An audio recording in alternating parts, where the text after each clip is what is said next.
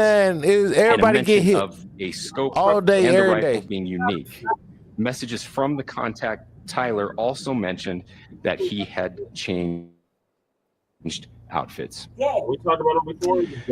Speculation as well as to the writing on those casings, those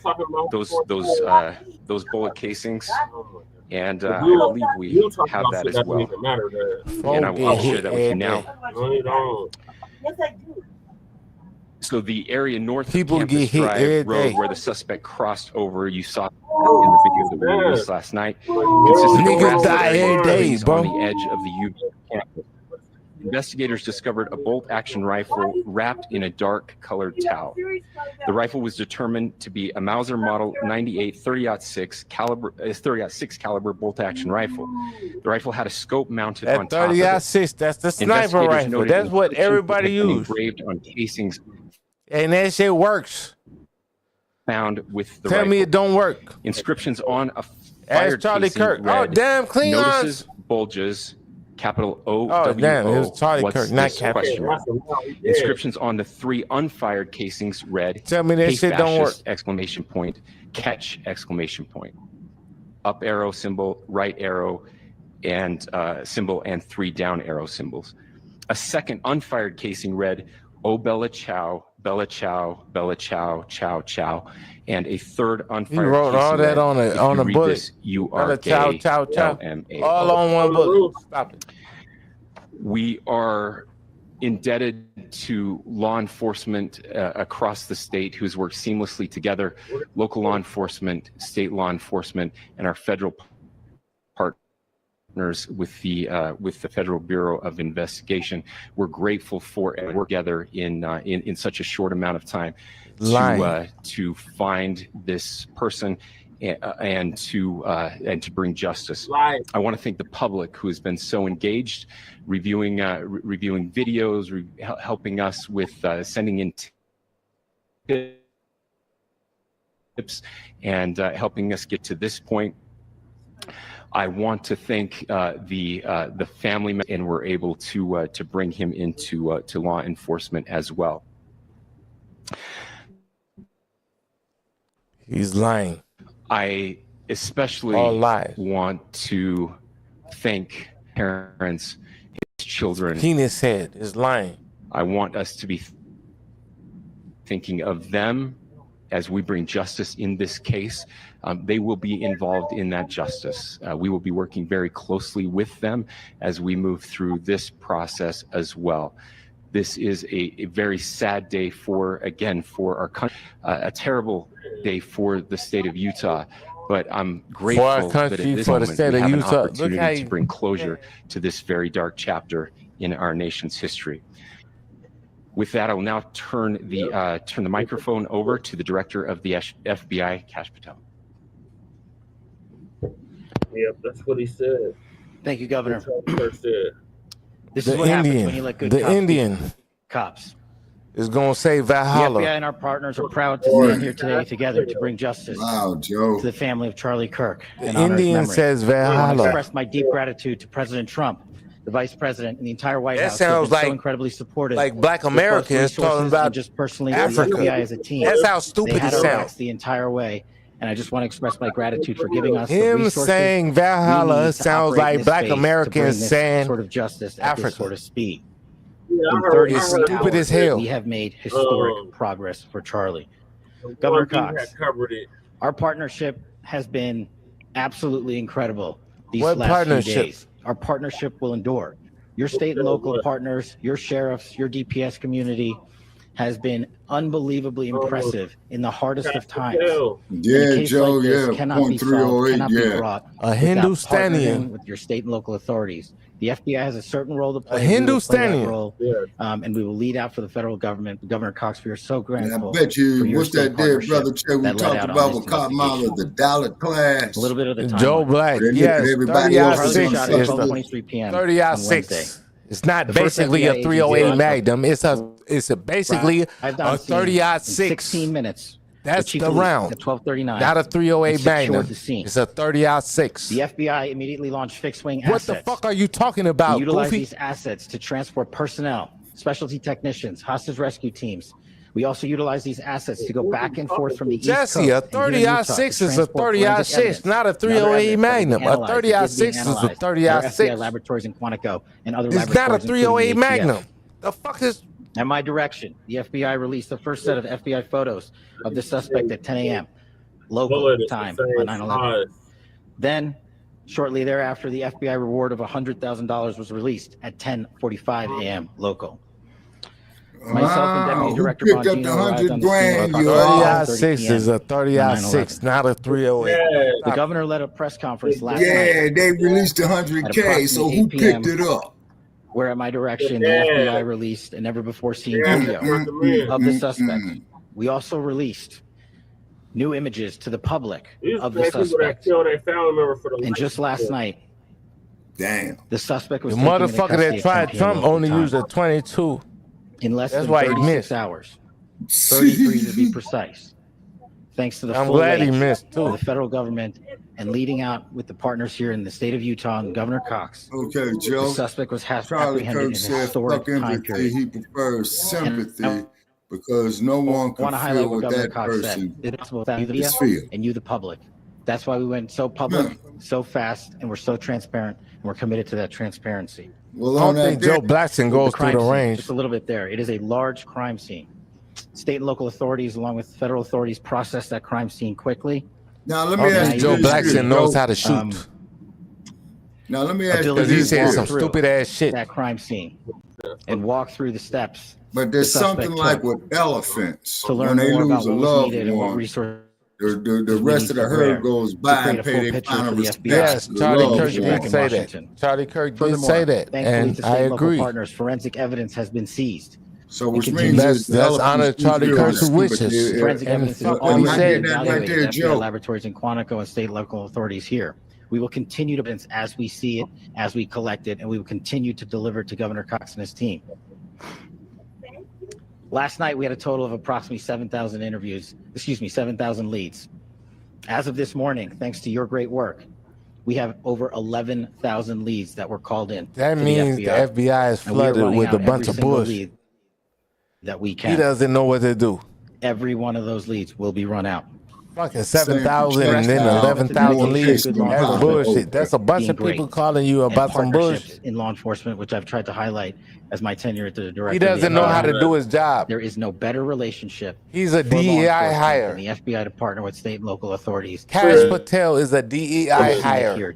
In these last few days, he doesn't know what he's doing. The FBI Salt Lake field office. Jesse could do the job better than Phoenix, Kash Patel. Denver, San Antonio, Las Vegas, Pittsburgh, but wouldn't Buffalo, he be of that upper? Wouldn't he be of the drama class? I want to express my deep gratitude to the employees of this the dude FBI, here, the men and Brother women, Check. the evidence response team, technicians, the special operators, He'll be of that the drama agents, class. the Yeah. support staff. Dark to be dramas. You have done monumental work in historic time. It's probably the class for me. When the public. Oh, he's the Brahmin class because he got to the U.S. But fuck him. Of an investigation. Yes, that 300 blackout. So 30 hours. No, so they're all. Stop it, Joe. And we they're delivered. all And 30. I'm proud to be their leader, and I'm proud 30 to be millimeter the rounds. of the FBI. Right. This is but a very much an 30 ongoing investigation. and 30, 300 blackout are not the same fucking rounds. Stop it. They'll fit through the same barrel, but they're not the same fucking rounds. And they won't fit in the same magazine or the same rifle. They absolutely Stop have, it, Joe. As long as it takes, for as long as we need to find and apprehend whatever suspects were involved. They'll fit through the same barrel. They'll fit through the same barrel. To my friend, just Charlie like Kirk. a 9mm. A 9mm fit through a 300 we have the watch. or 308 and shit. I'll see you in Valhalla. But guess what? It's not gonna fit in the same magazine. Yeah, it's not gonna Thank you. Magazine, but it's Good morning. barrel. I would just like to Just take like a a few 38, a 38 special. as the 38 sheriff special is to the same as express a my 9mm. gratitude for everybody who has played a Yeah. part in 38. this investigation. 38 is the same as a As you know, 9, it's same been as a vast, 30. Man, it's the complicated, same. and a The very barrel is the same, investigation. but that bullet You're is looking different. At people standing up here who are Right, running and on, shout out to if they got those an hour's schools. sleep in the last couple of days, they're probably lucky. It has been very taxing. It has been so impressive Speaking that dude look like John on Wayne out behalf the of the cowboy local pictures for law real. enforcement, Joe, you be selling. to see the Oh, so you cooperation make in guns? this type of case Joe, across you the make state, guns? sheriffs, chiefs. No, he said he class 7 FFL and SOT. So you make guns. All right.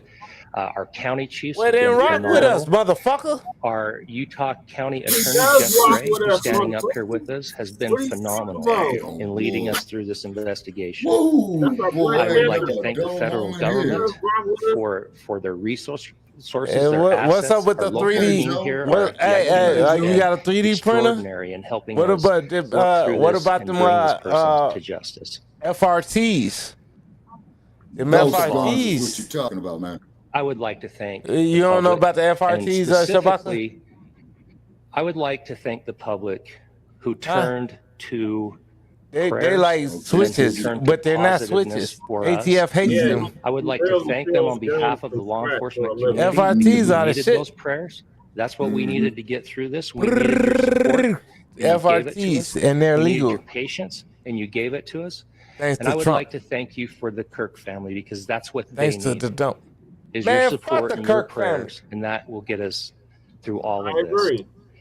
So Okay, thank you, Joe. everybody that have stepped up. We've had such a Grenade ram, phenomenal okay. response to this.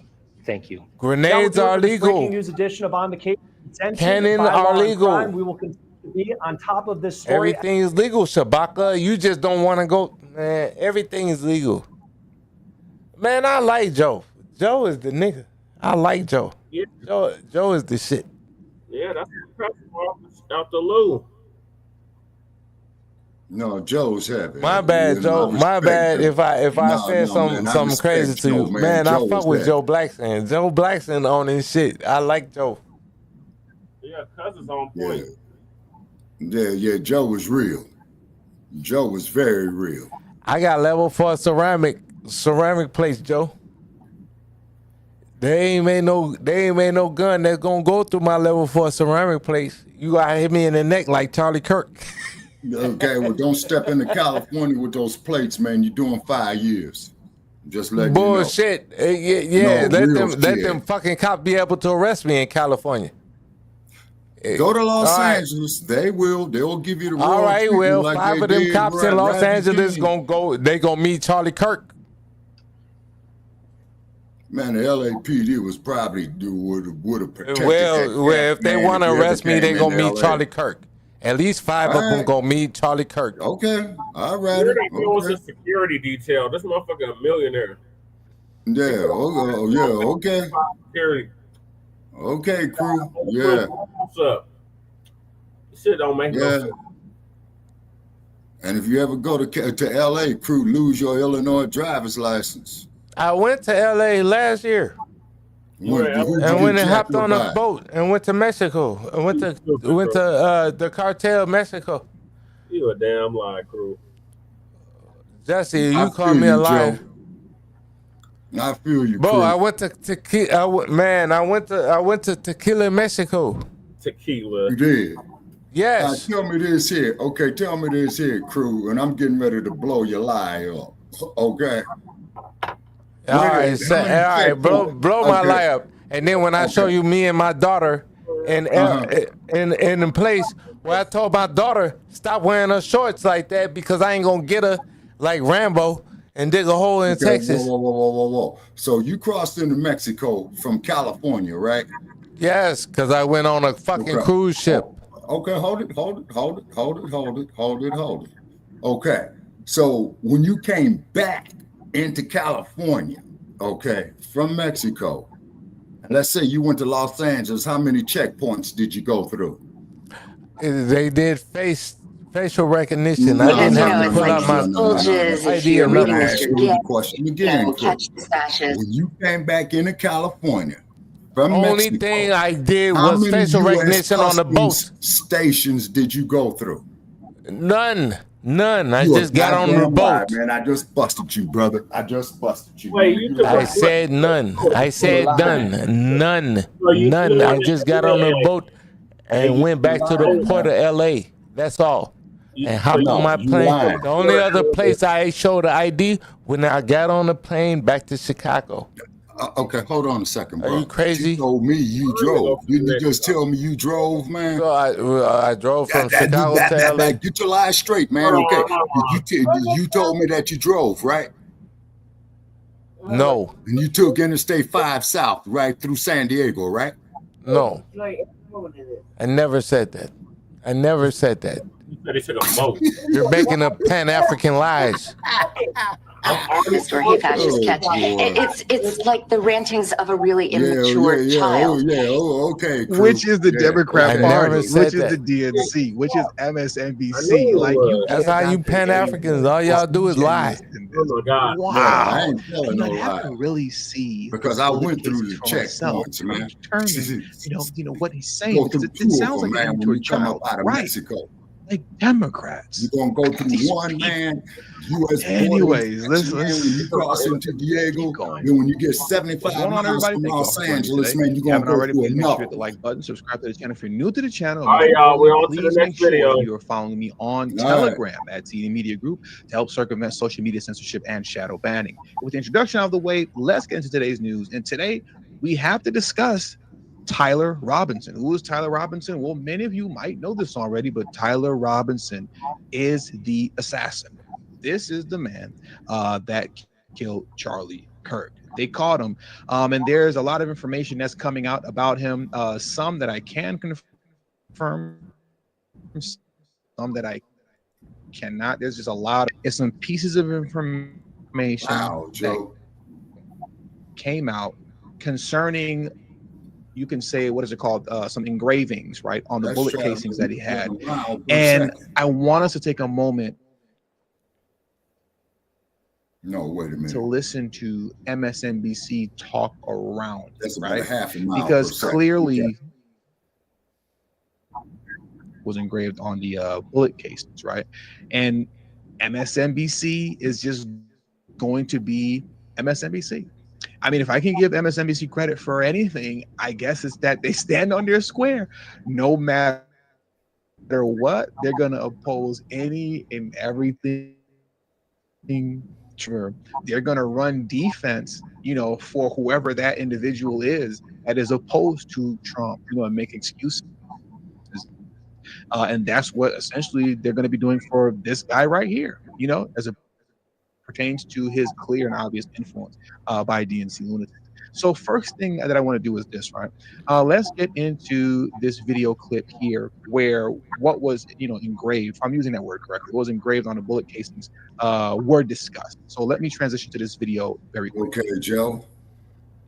I already played that video. That had been engraved on casings found with the rifle.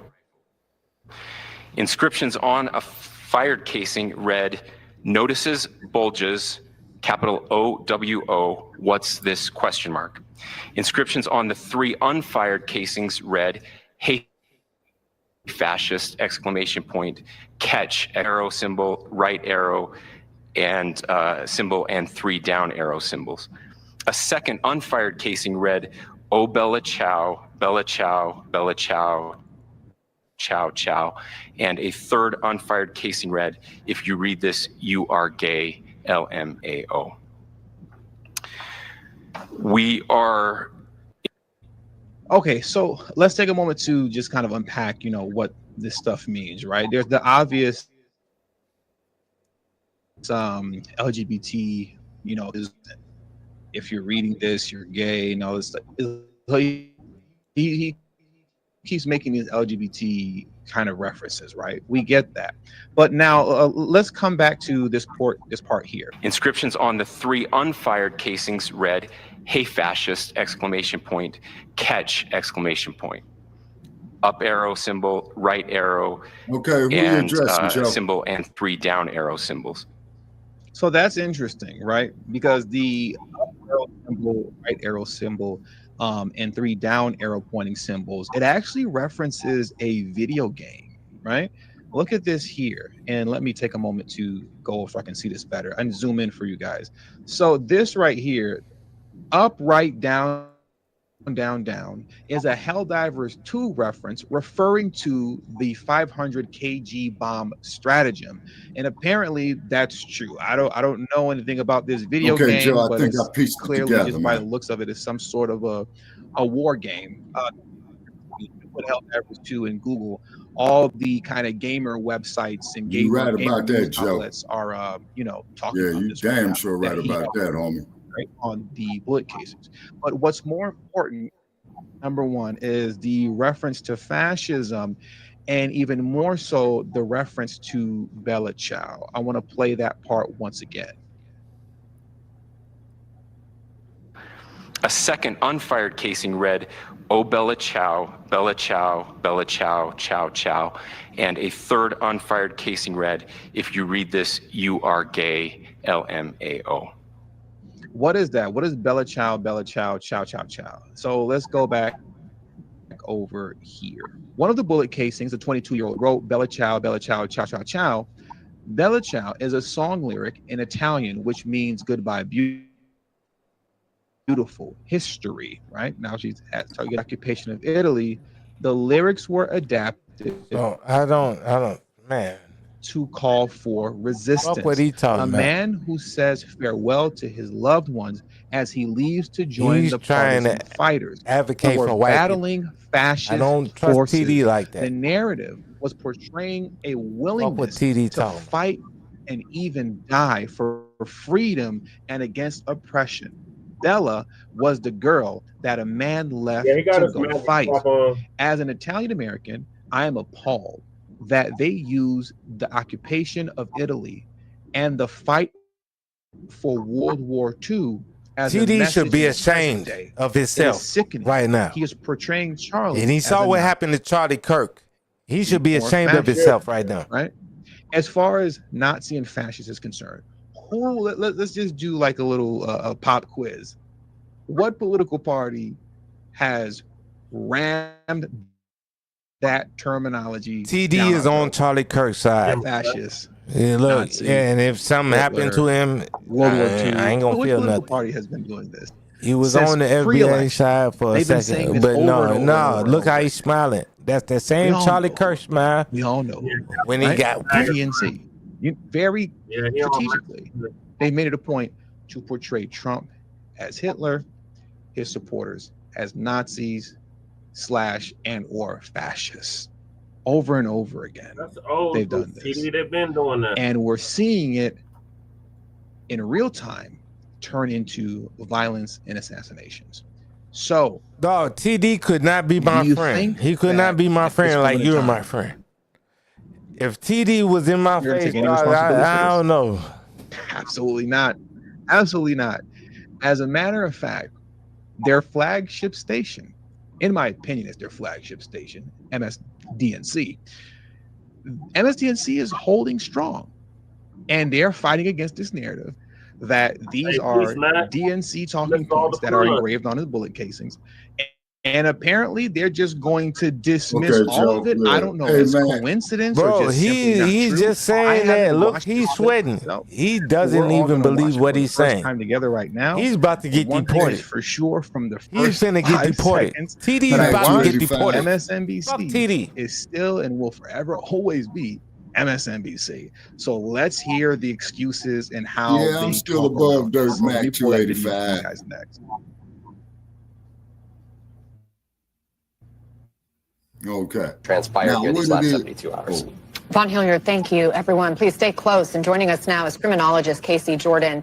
Casey, so much happening so quickly here this morning. We're learning as well from our own reporting that there's no indication of a prior criminal record. This is according to searches of state national public records associated with the person, Tyler Robinson, and his date of birth. One of the most striking details that we learned from this press conference were, again, about those bullet casings and the inscriptions, "Hey, fascist," the words "Bella Ciao," the words, "If you read this, you are gay." What do you see as the significance or what the message is that he's trying to communicate? I think TD is gay. You see the grin on my face. I'm just waiting for it. Just BS is coming. It's TD is a gay Caribbean, and he's not on FBA business. But fuck TD. Let's hear this. Yeah, he's Haitian. We already know. Really, I would need to actually see these words in the way that they are on the bullet casings and the gun to make a proper interpretation. But just knowing what those words are, I'm kind of overwhelmed with how immature it all sounds, and that there is no really chronic theme. I don't think Charlie Kirk died from the bullet. I think he died from fentanyl. Because, you know, it's like these bulges, if you're reading this, you're gay, you know, catch this fascist, or hey fascist, catch. It's like the rantings of a really immature child. Which is the Democrat Party? Which is the DNC? If he wasn't off of fentanyl, like, he would have survived. He would have survived that little bullet. Wow. You know, I'd have to really see the bullet casings for myself to be able to determine, you know, what he's saying, because it sounds like an immature child. Right. Come on, man. Like Let's try to be semi-professional, man. We ain't cartoon. Anyways, let's keep going.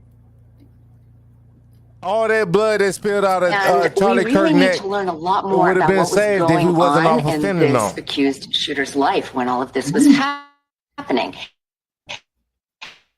Was he in a rabbit hole? Did he have no job? Did he have no purpose? You know, how did he become such a consumer of hate? Yeah. Did his family report he was, Joe. you know, talking with hate speech about his feelings about the victim? Remember that white boy had a daddy in his family, his mama, that took him to the gun range, because they talk about the discord and they messages shot Charlie with Kirk his roommate. right there in his face. But they also confirmed he is not a college student And he at the bled out. university where the crime happened.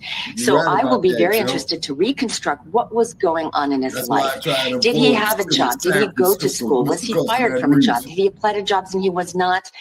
Stop, she's trying to change this the shit? That subject. This motherfucker is got her shot in changing Utah. and spinning the narrative. Let's How you talk gonna about hide his and mental health. No, avoid let's this talk shit? about You what was in going on in the Nevada? bullet case. This motherfucker Let's was talk in about Utah that. and got shot. And let's talk about how it sounds. Are you kidding me? You can't hide from this shit. The motherfucker gonna shoot you if they gonna shoot you. That. You know, but instead, Well, that's you're true. talking about, you know, And the state line is only 80 miles from where I'm at. Was he going to school part-time? Did he have a girlfriend? What did he have for breakfast in the morning? No. We're not doing that. Let's talk about MSNBC talking points that were on this public gazing. But they're just talking in circles right now. And like I said, what you're seeing here is her trying to change the narrative. She's trying to, I should say change the narrative, but redirect the conversation. Let's not talk about these what's engraved on the bullet casings, because it just sounds like immature nonsense from a child. Hey, Jab, I ain't get shot in my neck though. And what led to and I done got rid of a white supremacist. So check what you saying. Oh my God, you cannot dislike these people enough. It is mind blowing that MSNBC is an actual, considered an actual news channel. Like this exists as an entity that's supposed. I was a little tipsy when a white supremacist got up out of this world. Crazy. Guess what? Hired? Did he, have just smoldering hate? Mostly, my takeaway is that the writings on the gun and on the bullet really emulate everything we just saw a few weeks ago in the Minnesota Catholic school shooting. So I don't think this has been a long-term plan. I think it probably was hatched when this alleged shooter heard that Charlie Kirk was coming to the area, his area, in his backyard at a university. Shooting people over there on the strip. You want somebody to stop cussing out the audience. We can't build like that if you cussing out the people in the chat. No, I ain't cussing nobody out. No, not yet. True. Would you say Jesse? Not yet. Hey, my bad, Jesse. He triggered me. My bad, Jesse. He's an actual boxer. Like he actually. So what? I'm an actual shooter. Yeah, no. I respect Jab Jamboree. I ain't got nothing but love for Jab. I don't box. I don't fight. I shoot. Oh my God. Huh? But I ain't gonna shoot Jab. I'm just saying, man, stop it, man. Stop it. That he could easily access, pass as a college student there, go up on the roofs. I mean, I have to tell you, I teach at a university where I see students going up on the roofs all the time. So he had a lot of access That sounds like garbage. Let me tell you something. I teach at a university. And I see students going up on the roof all the time. I remember a bunch of children going on the roof. That's bullshit. That's bullshit. Female dogs, stop lying. Who gave him female dogs? Stop lying. I work at a university, and I see students going. Hey Jesse, was you on the roof at your high school? At your college? What are you talking about? Like that just sounds not at my college either. That sounds right. You try to go on the roof, the security gonna get you, right? For no reason whatsoever. All the time, just chilling, kicking it. It's just I'm talking immediately, right? I didn't go to college. Maybe you guys tell me in the comment section. Those of you who are college Forgot grads, about that. That might be some inside work right there. How did he get to the roof? Top of roofs on your college campus for no reason. Shabaka, you couldn't even get to your college roof back in your days, back in the 1600s. Top of the roof of a class? No, that's a little bit before my time. Maybe the 1700s, man. Not man, your old ass nigga. You was in BC. On roofs and you couldn't even climb on lay the down roof and relax and sunbathe. Well, you let me know because I just got a lot of knowledge. I'm just fucking with you, Shabaka. What you sipping on, Cruz? Jack Daniels? Pure nonsense. Man, I'm sipping on the venue, and he blended, and he knew he would blend. But I do think that this was something you made that shit 18,000 years ago. This man that he harbored hate for was coming to his area, and since we just had that school shooting in Minnesota, I think that is probably what inspired it. It does sound like he was methodical in going to this venue and not. Hey, Shabaka, I'm sipping on this shit. I'm sipping on this shit your great grandmama made. Another thing that's very interesting too, in closing, let me take these clowns down.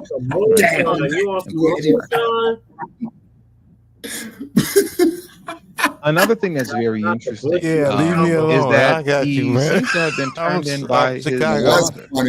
I don't have to go through this article here because we pretty much addressed everything. I guess I'll read it quickly. Authorities have identified 22-year-old Tyler Robinson as a suspect. Hey Mac, the bushmeat took my beer and hid in the woods with Shabaka. And says he is in custody. The nationwide manhunt following the assassination. Okay, Robinson had become more political in recent years, Utah Governor Spencer Cox said during a Friday press conference. A family member told Hey Jesse, you gotta talk in your mic. I didn't hear what you said. You mentioned Charlie Kirk. Remember that video you shared with me? Utah Valley University. About the animals being drunk? Forget about the rest of the stuff that I have highlighted. Oh, the drunken elephants. That was really important. Yeah. That was Shabaka back in the day. He's only 22 years old.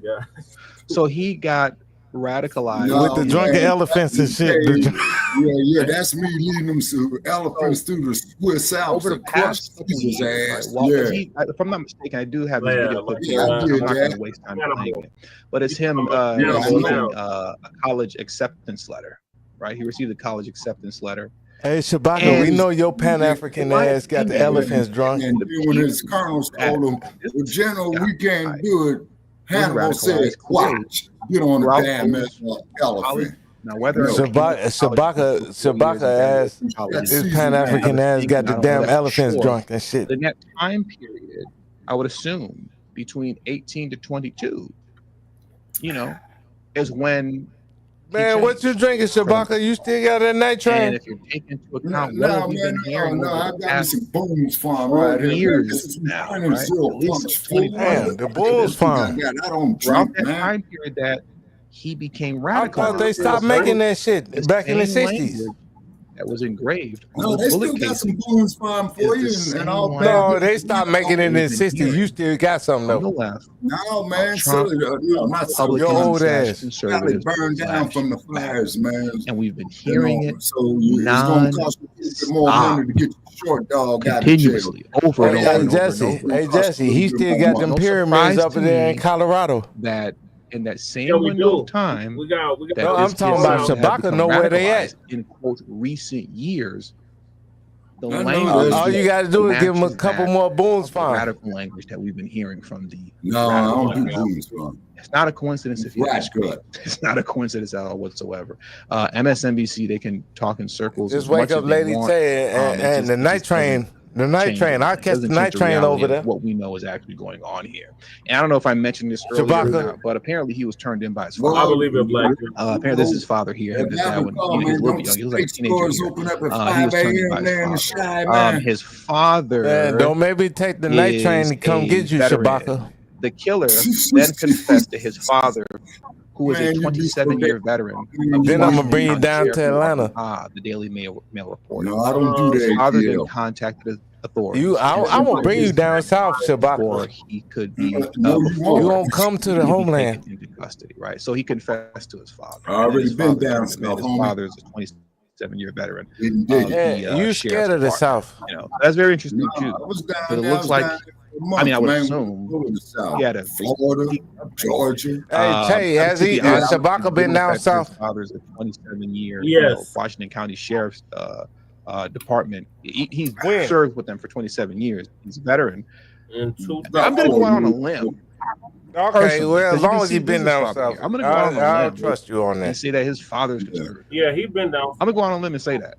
Listen, because he be acting like he don't want to go down south. I see a guy wearing a shirt with an I'll be American like, damn, flag on, Shabaka, you acting like a tether. You don't like your own homeland. I'm automatically going to assume that you're conservative, right?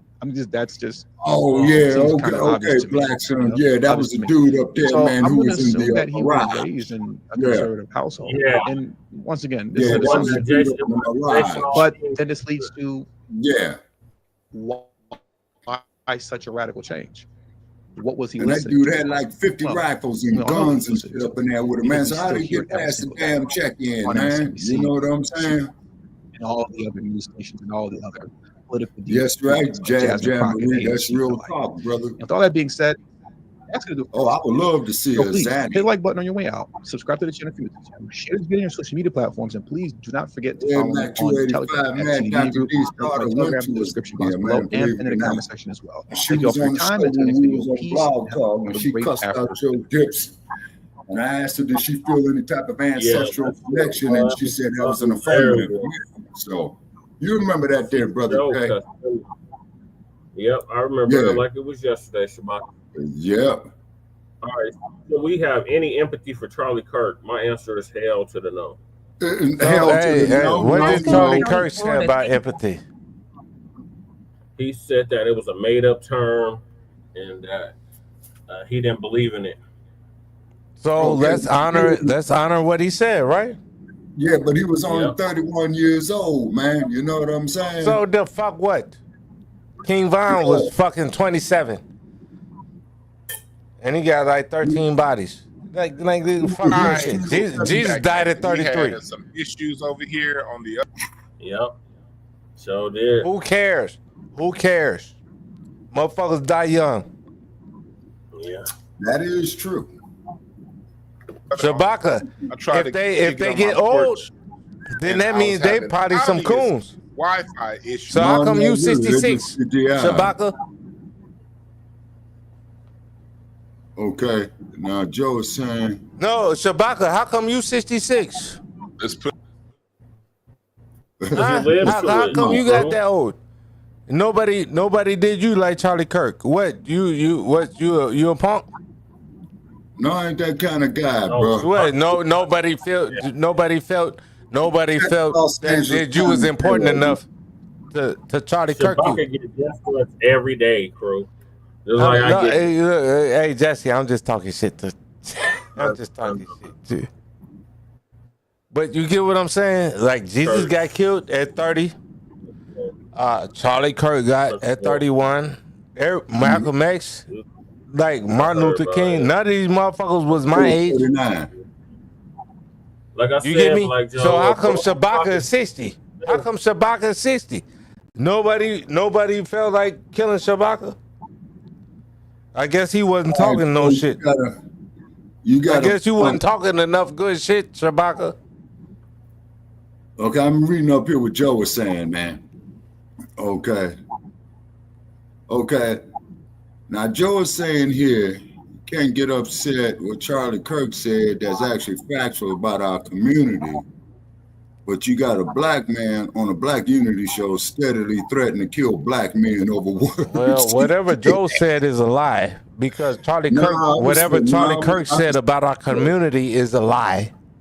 And while Charlie Kirk want to say black gangsters and whatever, he got shot by a white person. So okay, but just like but hold on, no, but like what Joe says right here, I have to agree with him on this one here. This is why nobody outside of our race takes us serious. We don't take ourselves serious. We don't hold our own accountable. Well, that is stupid, and that's why I don't fuck with you, Shabaka, because there is no race. There is no such thing as a race. There is no such thing as a race. They came up with race to justify slavery. There is no such thing as a race. We have an ethnic group. We are black as an ethnic group. And anybody that says otherwise, Joe Blackson and you otherwise, is stupid. That's stupid. That's that Pan-African bullshit that they came up with to justify slavery also. It's stupid. It's stupid. And I don't acknowledge it. It's stupid as hell. He drunk as hell, Mac 285. That's that rot gut. That's that rot gut talking. That's that Pan-African talking. That's that rot gut, that rot brain, that Pan-African bullshit. Okay, so what you been sipping on, Ripple or Night Train, man? I've been sipping on that Black American. Oh, that sounds like Ripple to me. What you Pan-African Night Train? Night Train Pan-African? No, we was on a good footing. Here we go with this again. No, man, we can get back on a good footing, Brother Chad. It's quite easy, man. The man is just drunk, man, having fun, man. You know, I find it figured. Hey, look, you got your you got your panties over here on your channel. Kill me. Hey, can you help me out with a little bit change, homie? I'm trying to get shorty out of jail. Dr. Umar wrote this on his IG. My man out of LA. What this brother talking about? I would never rejoice at the loss of the life of anyone who has directly participated in the unaliving of a member of the black African race. Black African, okay. I am ashamed to see members of my community celebrating this situation. I will never ask you to mourn the loss of an enemy of our race, but to celebrate an unaliving is completely unacceptable. We know all too well that the greatest recipients of political assassinations in this country have been our own people. Stop laughing at the misfortunes of others and get prepared. Political assassinations have returned to the United States, courtesy of the deep state.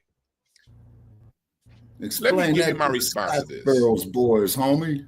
I agree that I don't believe bro, that's your Pan-African. Stop it. Stop it. I don't celebrate that. Bro. But as stop a black it. man, that's your Pan-African friend. At the same time, you I don't want to be a Pan-African. To police how other black people handle these types of Jab. I think in the logs, man, I'm going to put this down here as a comedy episode. We deal with a lot of extremists. Bro, we were all in this country. Africanists at one time. We deal with a lot of people who just flat out hate us. So I know that, Jesse. We deal with a lot of what I'm saying is we got new information, hate us as a and people. We're not Pan-Africanists anymore. Correct. But the old niggas like Shabaka are still Pan-Africanists. Umar is still the Pan-Africanist, and he's a grifter with the Pan-Africanist. Because if you're still a Pan-African, you're a grifter because you know it's a lie, and you're still saying that lie. Anybody that's talking about Pan-Africanism is a liar or they're a fucking complete idiot. So which one are you? I'm trying to get shorty out of jail, man. Trying to give me some of that Napa Valley wine, that Boone's fine. Your response to how people dehumanize you, drink some good shit, not no rock individuals. And I don't even drink. That's on you. You can't tell another black person. So why the hell do you sound so drunk? We deal with a lot of shit. I'm trying to get, and we deal with a lot of shit that we don't cause, we don't start, we don't take to nobody else. So who the fuck is one black person to tell the rest of us what not to do? Especially when you ain't built that school. Well, you built it. Well, you got a point on that, there, homie. Hey, Jad, this brother here, man, is out of the last thing we need as a people is people telling us how we should handle it.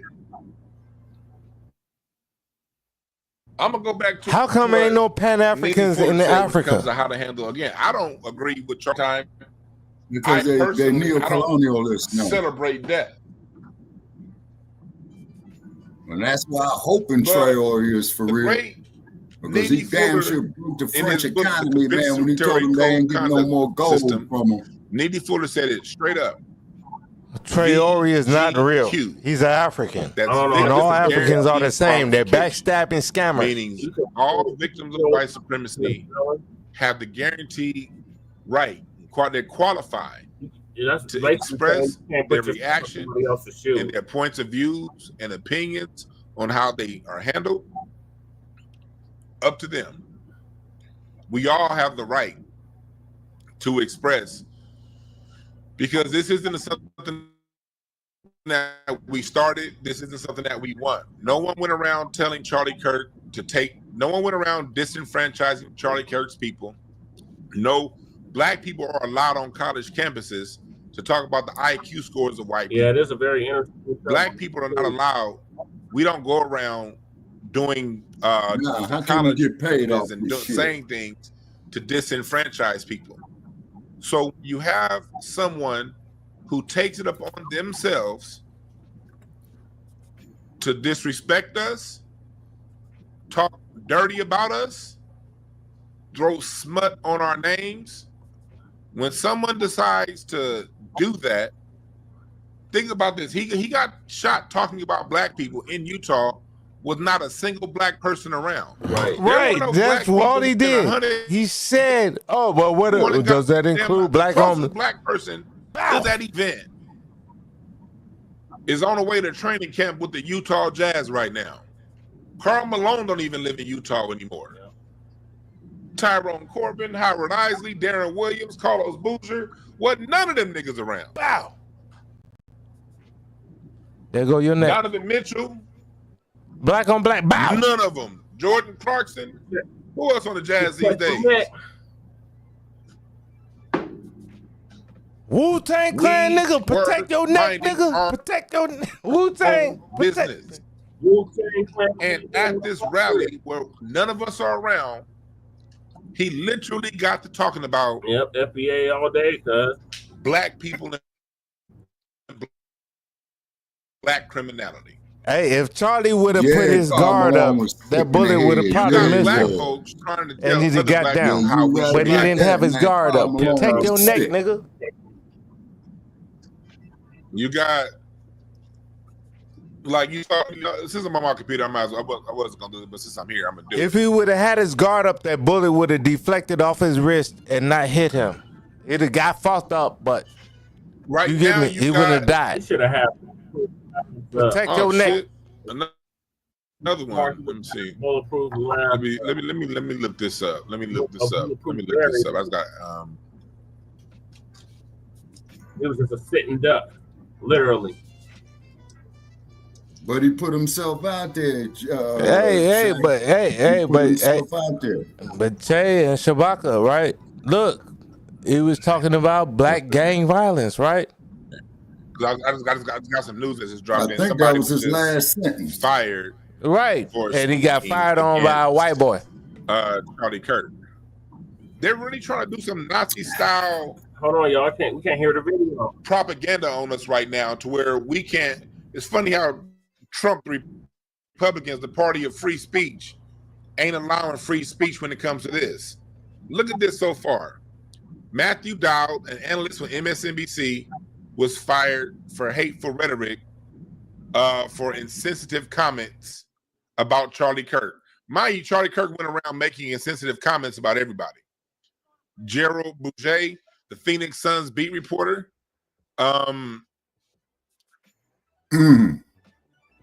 he He got 1985 for refusing to mourn and calling Charlie Kirk a bigot. Charlie Rock from the Carolina Panthers, communications coordinator, was fired for. How did you get fired for refusing to mourn? I don't care about this bitch. We've already gotten 5 people. You gonna fire me for refusing to mourn? Fired for their reaction. Shabaka, you ain't even going for that.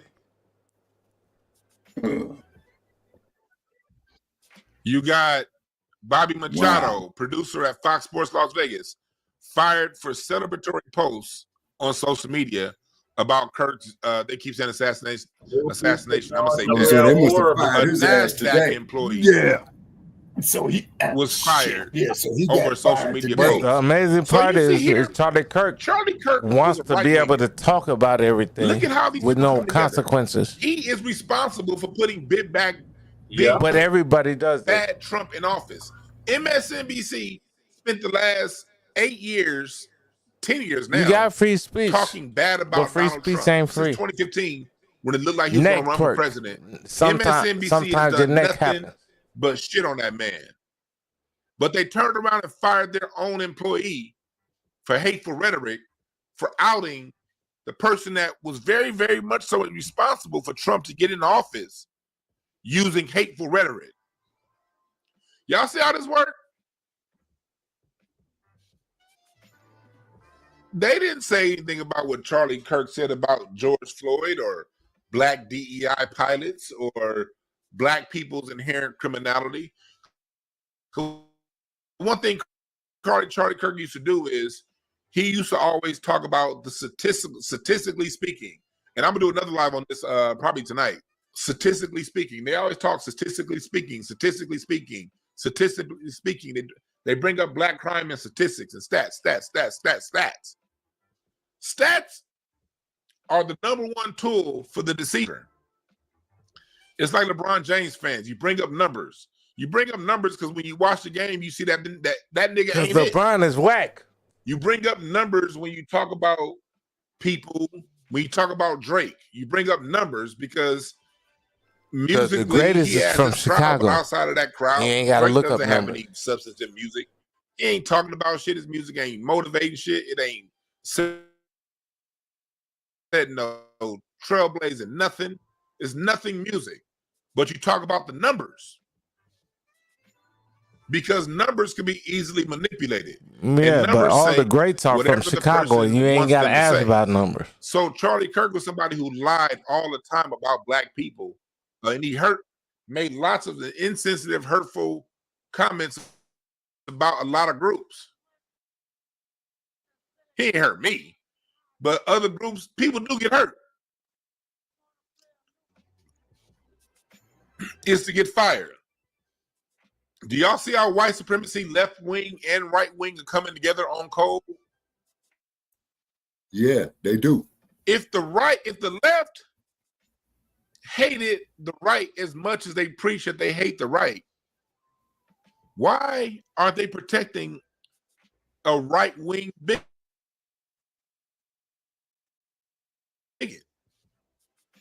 Yeah, Joe, the HBCUs got threatened.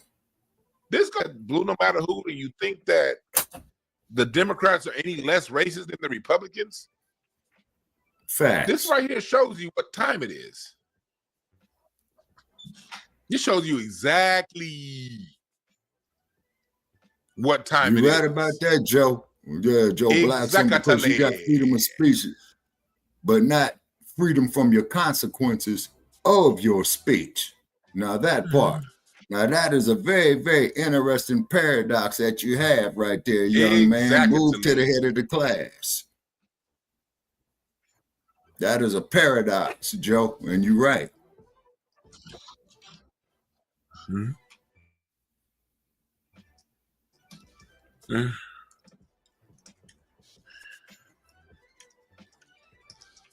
It's not a paradox. That's what it has always been.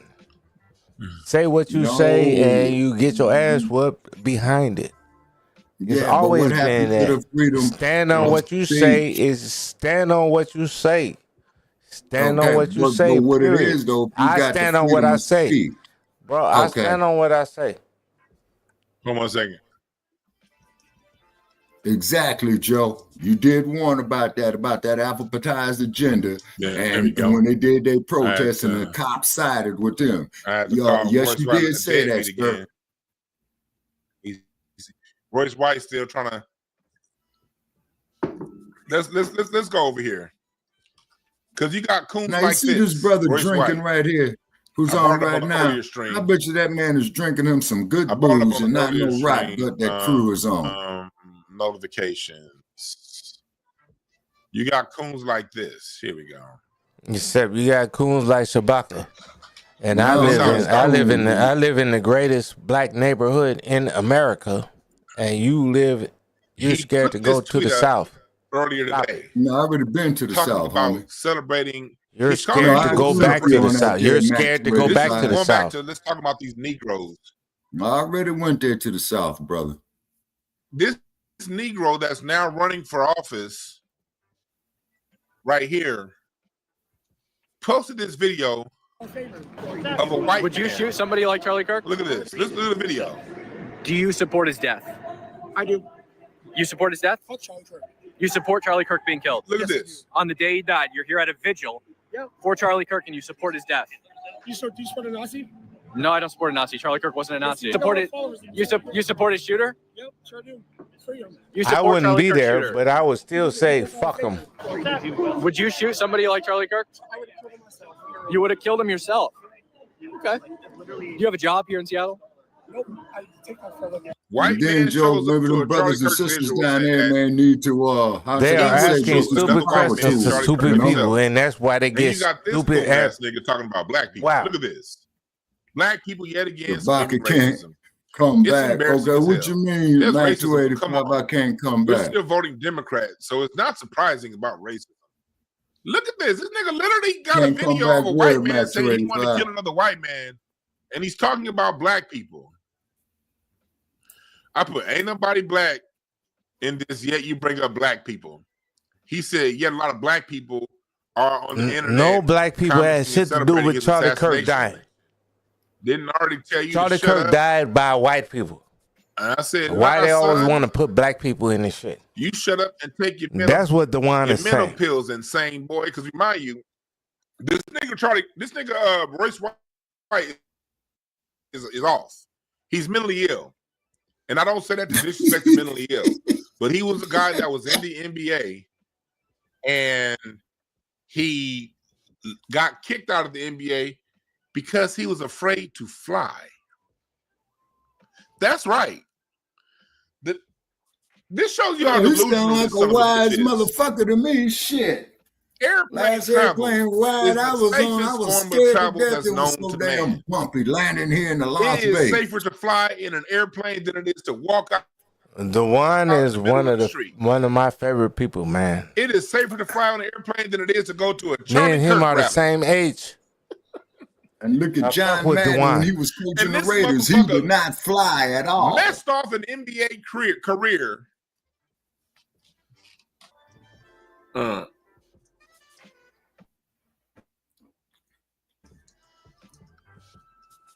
Messed off a whole NBA career.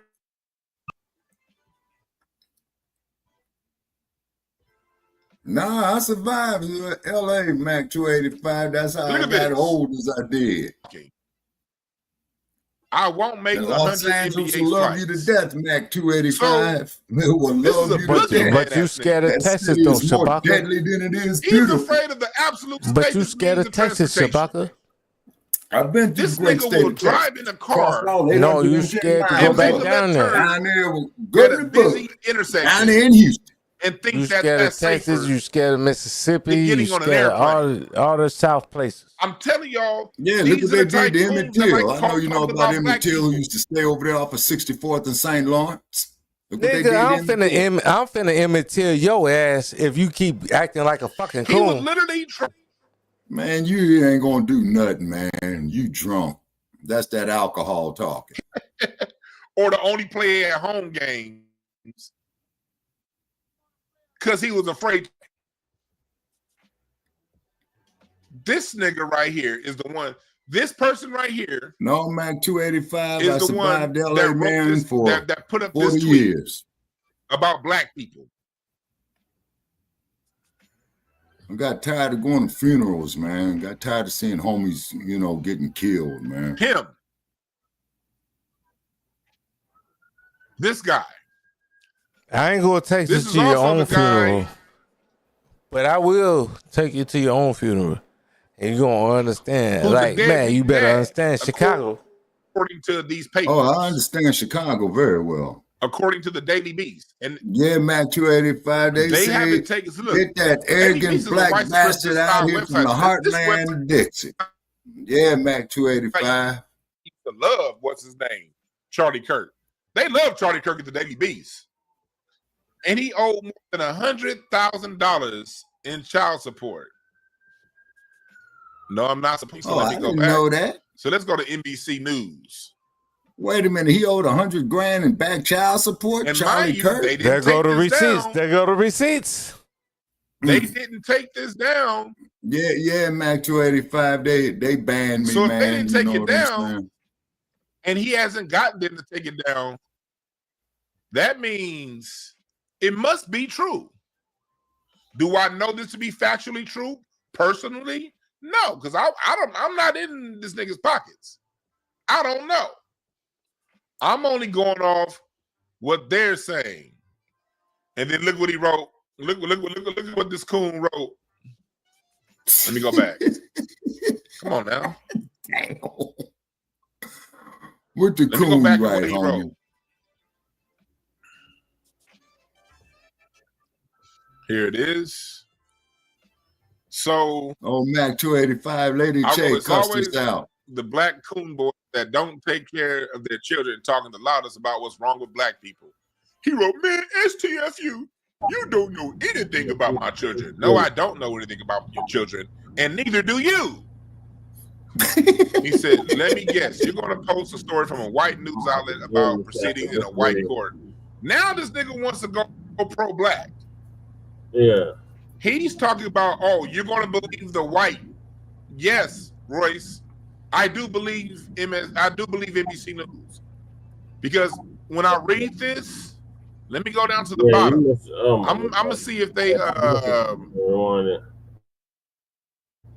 wrote a retraction, because if there was a retraction, I was doing the Uber Eats earlier, like a down here. Nope, bro. I couldn't even get to the damn store because it was a body. I see he's far from. They cut this shit off. It was a body, bro. Oh damn! But I'll send you the picture, bro. I thought I was recording it, man. I don't see. They catching bodies out here. It's bad out here. So yeah, since NBC News has it, and mind you, we're living in a time right now to where like Donald That's Trump why I say Shabaka, stop talking to me like this. He got George Stephanopoulos. We catching bodies out here. ABC News, homie. It's been all kinds of settlements for newspapers lately. The people like Donald Trump for defamation. So this isn't it's not like we're living at a time to where people aren't getting convicted or getting prosecuted for defamation. I see a lot of coons and possums laid out in the streets. So since this is still up over a year later, yes, Royce. A lot of the coons look like Shabaka. There's nothing that all coons do. Got a lot of coons, raccoons, and possums in Oakland. That's for damn sure in them hills. They always get violent, don't they? And they all look like Shabaka. When it comes to us. No, they look like you. And I wrote, you talk real without tough to black people, act like you want to fight. Stereotypical Negro. Tooting your ass up for Charlie Kirk, but want to fight another black man. Silly ass deadbeat dad. Yeah, Royce White, I don't know about your children. I feel sorry for them because they don't know about you. I feel bad for them. Children need parents in the home. And you get these black men like Charlie Kirk, Royce White, that have children that they're not ready to stay and be a father of. Now these children are going. First off, let's just say you are current, and they don't get shot in the neck. You want to be all talking about what's wrong with black people? Let's say your child support is all caught up. Okay. Well, why did you not marry the woman that birthed those kids? Well, I why did. Are you not marrying I did. I did. Children? I married her. Because one of Charlie Kirk's biggest things when it came to the black society, my daughter's not a black bastard. People or 80% of black households don't have fathers in the home. Shabaka, are you a bastard? Are not staying home. Where's your That's daddy? who Charlie Kirk went after. Stop talking to me crazy. So he was going after niggas like you. Where's your daddy? You talking to me, man? He was going after niggas like you. I said what I said. But you want to toot your asshole up because you's a bitch. You's a bitch. I said it. I said it. Stand on it. And I stand on it. Shabaka, where's your daddy? Fat, flubbery, out of shape. Brother, I don't discuss my family business up here on all right, because you ain't got no daddy. Shut the fuck up. You ain't no FBA. Playing man, go back to your bottle, man. Finish your rap blood, man. I will be 600 pounds man, and have character before I have a 6-pack of abs and be a bitch. So people like you can talk about weight all you want, but this is a man with weight and character and love, genuine love.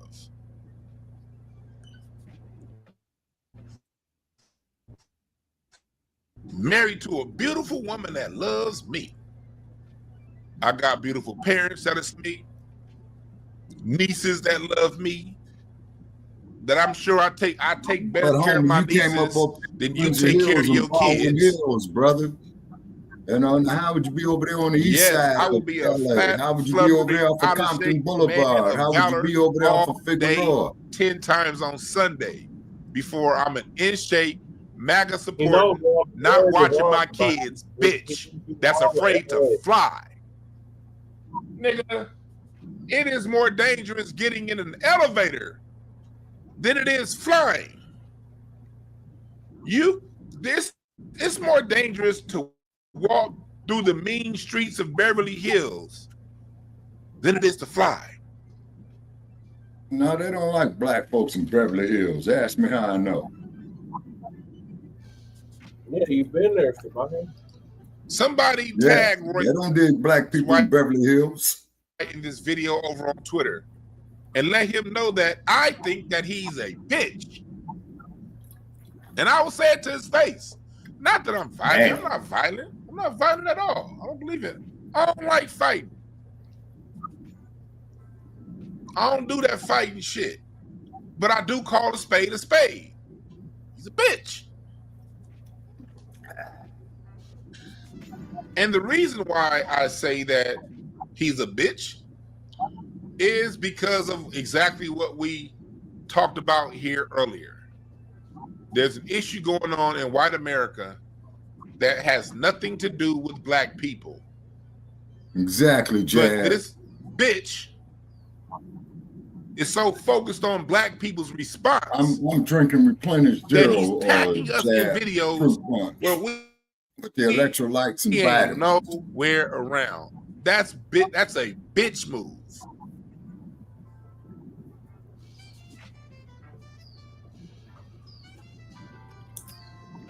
That is a bitch move. And you know what else is a bitch move? Being afraid to fly.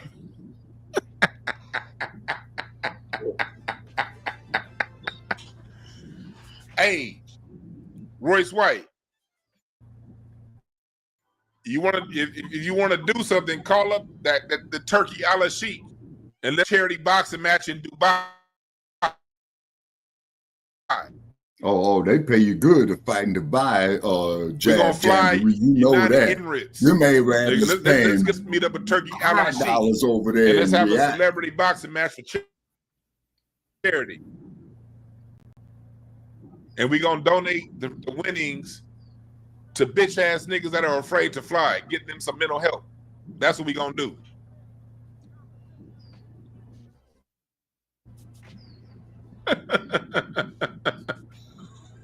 Oh my But they God. don't drink in Saudi Arabia, brother.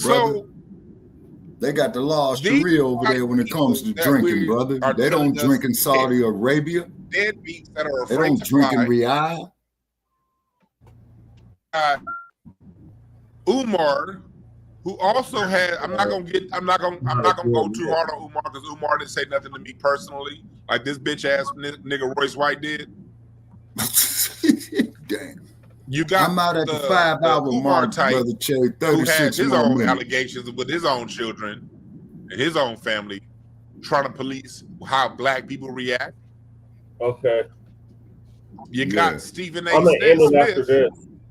that did a whole goddamn program Yeah, yesterday you ain't doing consuming no alcohol, on man, in black Saudi Arabia. people's reactions I got the food to Charlie Kirk. I got the food. Good afternoon, everybody. They always find a way to bring us up.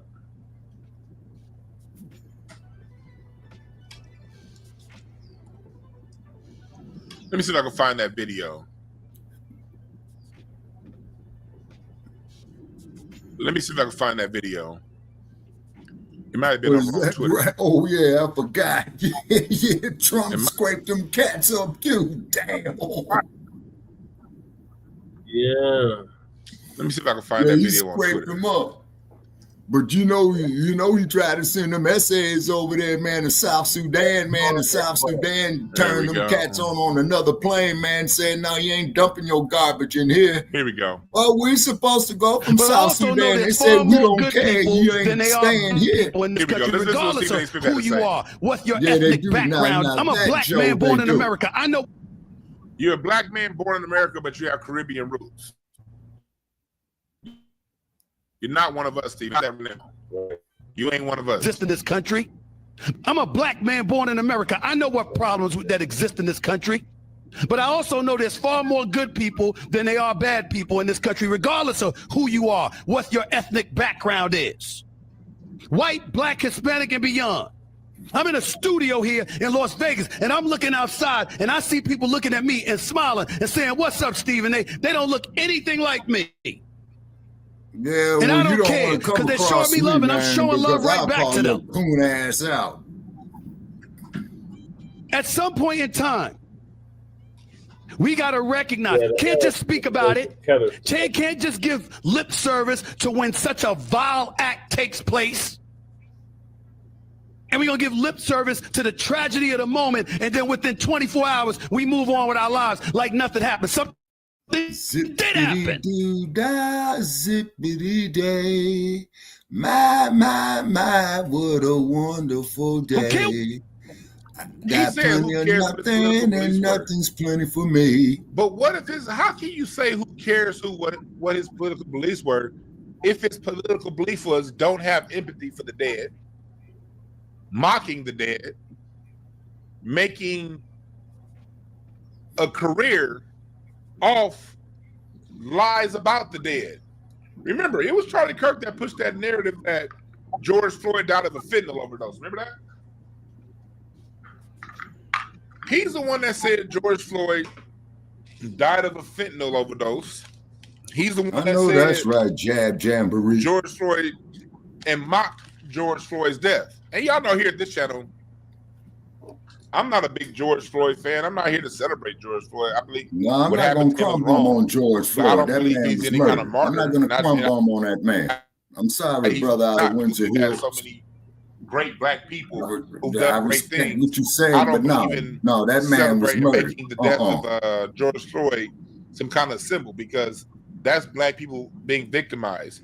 I'm more in the mindset of making people like George Washington Carver, Quincy Jones, Garrett Morris, Granville T. Woods. You know, I'm more into making these people heroes. You know, Benjamin Banneker, people like what's his name? The lawyer Johnny Cochran. These are the people I believe in making. I agree with you on Johnny Cochrans of the world are geniuses, you know? Not George Floyd. The left pulled that bullshit on us No. So I'm not here to say that. But at the same Floyd time, didn't need to be murdered George like Floyd that, was a man. victim. No, brother, I have to disagree And he with you died on that, sir. because he had a police officer's knee in his neck. And it was Kirk going around saying that it was a fentanyl overdose. No, that's and use bullshit, that to connect brother. How many times issues in the black community? What's up, Hula Gang? In the Oh chat? yeah, you ain't lying on that there, Joe. Yeah, fuck Tucker Yeah, Carlson. Fred Hampton's a hero. Bunchy Carter, Geronimo Pratt, H. Rap Brown. These are our heroes. But at the same time, when Stephen A. Smith says shit like, I don't care about their political beliefs. No, their political beliefs matter. What's up, ADL Choice? Says, I think Umar and Myron will be linking up soon. I wouldn't be surprised, brother. I wouldn't be surprised. Oh, hold on. Rocky want to get out of here. Hold on. Rocky, you leaving me? You leaving me, baby boy?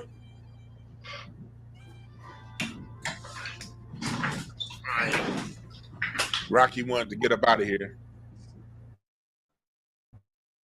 Yeah, Joe, yeah. Tucker Carlson, yeah. I would love to cuss him out. No, I would debate Tucker Carlson and make him look like an idiot without using one cuss word. Beliefs are, because for people like Charlie Kirk, it goes beyond political beliefs. He had a political action committee called Turning Point USA. And his beliefs went into public policy, local, state, and federal. I know that's right, Joe. You're right. You're absolutely right. So his beliefs went into the president of the United States' ear and got put into action. Remember, Charlie Kirk was one of the main people behind what do they call that when taking Black history? Critical race theory. You're wrong, brother. That's a different concept altogether. Critical race theory was some shit made up by Ron DeSantis. Critical race theory and taking that away.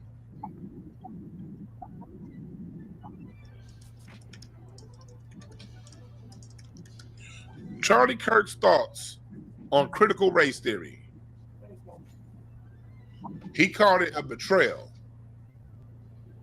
and divisive. Damn. Opposition to systemic racism framing.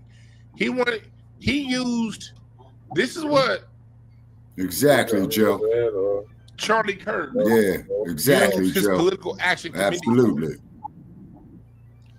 This is the Turning Point USA website. This is their official position. And their official position went into public policy. He believed critical race theory has been around. He said it oppresses people and causes division amongst community. He said it's in your schools. Okay, please specify, Joe. He bucked their system and died, and nobody talking about this part. Okay. One definition of CRT argues that the historical patterns of racism are a systemic problem, not only a matter of individual bigotry. Another common definition is that race is a social construct and is embedded in the legal system and American policies. In the last 10 years, to stop racism from being talked about as a systematic thing. Okay, now who bucked the system, Joe? Ben. Appreciate the super chat. Russell Red says, salute. You say you don't personally celebrate someone's demise because I believe in karma, but to each his own.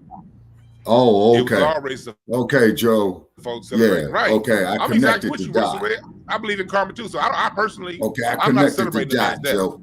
Gotcha. But to those who aren't celebrating them, that's your choice. Okay, gotcha. Okay, Joe. Yeah. So he's going in here and he's talking about professors calling out Kimberly Crenshaw, Derek Bell, and these black people that are talking about racism as a social construct. So with Charlie Kirk, it was always bigger than his beliefs. His beliefs went into political action, meaning laws and policies were created to support his beliefs. He said, "Tell Tariq to bring back the Coon Awards." Hey, that would be funny if he brought those back. That'd be very funny. So these are his political beliefs. And look at this. Another names for CRT: diversity, equity, inclusion, social and emotional learning, anti-racism, cultural awareness, equity, and the list goes on. But what about the Jane Elliott experiment? This is who Charlie Kirk spent his time attacking. Yet Stephen A. Smith tells us that it doesn't matter what his beliefs are. Let's go a little further. I don't care what he felt. I care about the fact that a man was gunned down in front of two of his children who are 5 years of age or less. Okay, now how do you feel about black men gunned down by the police? That his wife is a widow, that his children are fatherless. Because his ideas and his beliefs differed from somebody else, apparently. And then I'm going online and I'm seeing people celebrating. Shame on you. Shame on you for this. I'm a black man born in America. I know what problems. No, you're not on the same team as us, homeboy. No, you're not. You're not.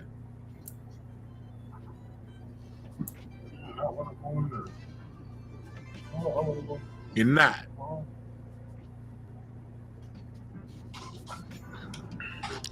Because had a black person died this way, okay, Joe, I got you. You start off with condolences. Stephen A. Smith wouldn't be disrespectful. He would start off with condolences. He would start off talking something good about that black person who was assassinated. And then what would Stephen A. Smith do next? He would then go into having a 5 or 10 minute segment on the problems in the black community. Chat room, press number 1 if you agree with me on that. Press number 1, chat. If Stephen A. Smith will find a way to flip this into what's wrong with the black community, had a black person got shot. Let me know the chat. Right here, chat. I like to chat with him. I have his name when he calling. So. All right. Let him know, Rocky. You see this coon, Rocky? Man, Rocky more interesting. Give him some kibbles and bits, man, as opposed to going out there biting somebody. Because if it was a black person that got killed the way Charlie Kirk got killed, we'd all be getting a lecture right now. Ain't that right, Rocky? I know, baby. Rocky said, "Yep." Kibbles and bits, kibbles and bits. I need me some kibbles and bits. The lecture right now, and we'd all have to sit around and listen to this knucklehead talk about what's wrong with black society. Ain't that right, Rocky? Ain't that right, baby boy? Man, I need kibbles and bits, man. Yeah.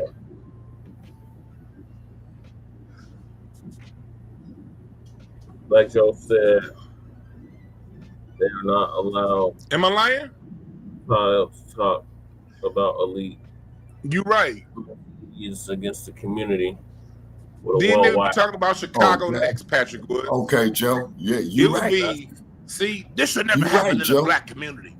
It's the black community. There's something wrong with the black community. Why that man got shot. See, we have to talk about this in the black community. We as a people got to stop doing this to each other. We have to stop shooting one another. We have to start. The black community has to be more responsible for itself.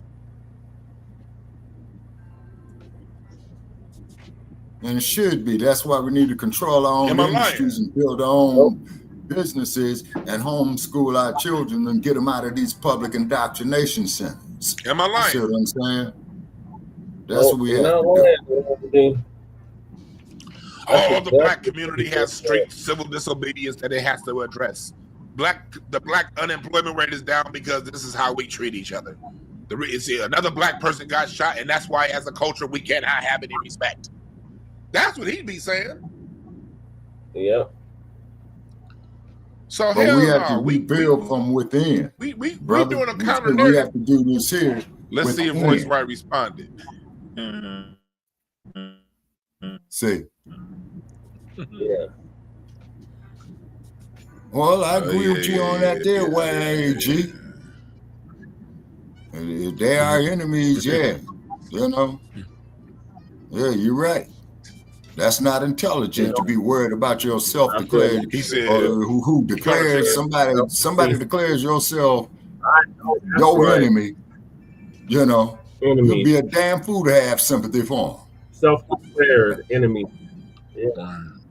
Yeah, and he said, period. Hey, there ain't no argument with undisputed truth. Yeah, no argument. Yeah.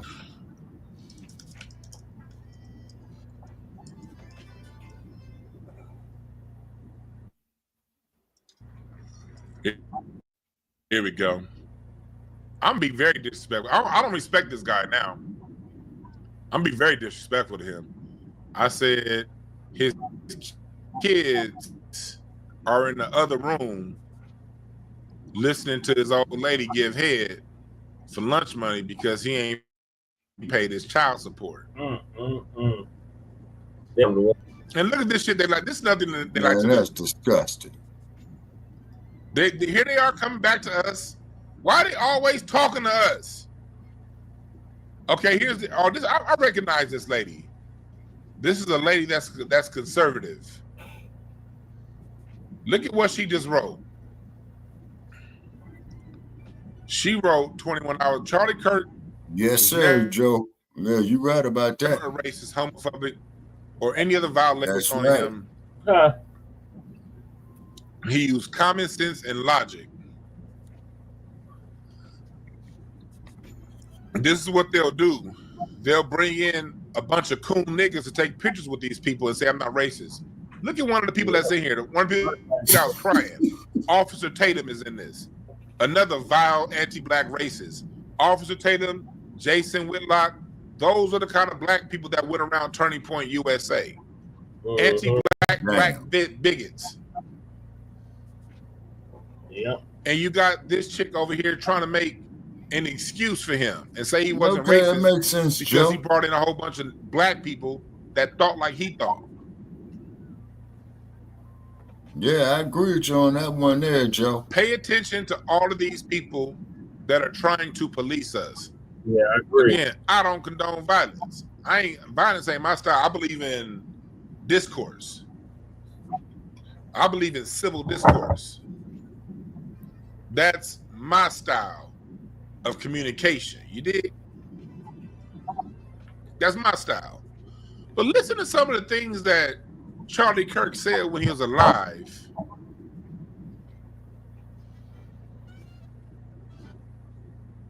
Let me see if I can pull that video up.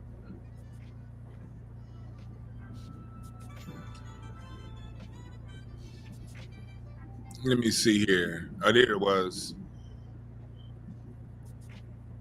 It humors me to see all many. Hold on. Let me go back. Listen to this. This is some of the things that Charlie Kirk said. Joy Reid and Michelle Obama and Sheila Jackson Lee and Ketanji Brown Jackson were affirmative action picks, we would have been called the racist. Hopefully, but now they're coming out and they're saying it for us. Yeah, hopefully they take Mara. They're coming out and they're saying, I'm only here because of affirmative action. Yeah, we know. You do not have the brain processing power to otherwise be taken really seriously. There we go. Right and there. I would put my foot in his ass if he would have said that to me. Fan of Kamala Harris nor Ketanji Jackson Brown. Right. But the racist part is what he just said. What he said that was implied right there. Yeah, Officer Tatum. Those Black women don't have the brain power for their positions. Yeah. Ketanji has. I don't agree with her politics. I don't agree with Kamala's politics. I definitely don't. But they both have the brains. Who's wrong? Bush 2, HW. George Bush 2. Junior Bush was one of the stupidest motherfuckers ever incarnated on Earth. Yeah. Bush 2 wasn't smart enough to be a janitor. Right. An assistant janitor. Bush 2 wasn't smart enough to clean. Yeah, he was. He was dumber than Trump. Bush 2. Sarah Palin. He thought someone like a Sarah Palin was qualified. These are some of Sarah Palin, Bush 2, Trump. These are some of the dumbest motherfuckers ever. Some of the dumbest motherfuckers ever. And he's saying because those women were black, they don't have the brain. Let's keep listening to some of the shit that he said. Processing power to otherwise be taken really seriously. You were trying to get the officer who murdered. Yes, what your ma'am. reasoning was about that? Well, George Floyd didn't die because of the police officer. He died largely because of a drug overdose. I think it's that is bullshit. The Derek and Chauvin you and I, Paris, we researched that case 15 times. This is more than political opinion. He used his super PAC to try to get Derek Chauvin out of prison. I remember. And then spreading a false rumor, a false lie, that George Floyd died because of a drug overdose when the autopsy said it was the goddamn officer sitting on his neck. Exactly. He died right at the 202 point, brother check. Cool ass when lady he saying went that limp. all. And then when they came to scrape him up, they didn't even take the cuffs off of him. They just put him up there on the gurney because they knew he was dead. So that we can have the Second Amendment to protect our other God-given rights. No, the Second Amendment was for the white slave traders. Charlie Kirk wanted the gun rights to continue. And I agree. I'm not mad at him. Look, I believe we should have a right to protect ourselves. And wicked man. And speaking of empathy, let's hear from the horse's mouth. I can't stand the word empathy. Actually, I think empathy is a made-up new age term that it does a lot of damage. But he said empathy pretty smart one. Is made up new age term that causes a lot of damage. And salute to the amazing Lucas's channel that put this all together. Listen to this again. I can't stand the word empathy. Actually, I think empathy is a made-up new age term that it does a lot of damage. But so Charlie Kirk himself said empathy is a made-up new age term that does a lot of damage.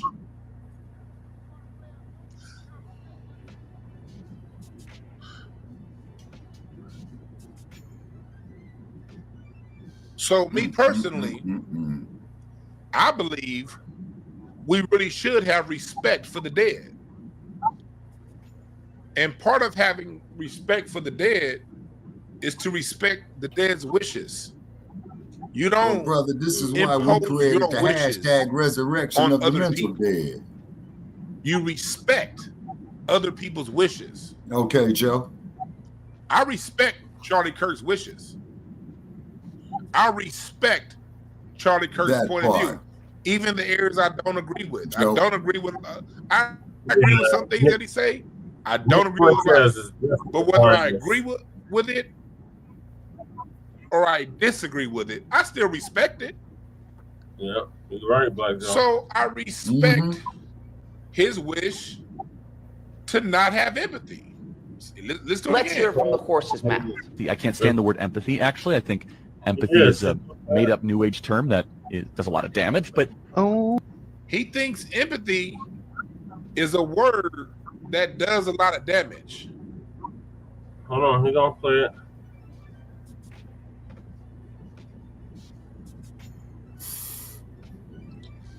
That's what he said.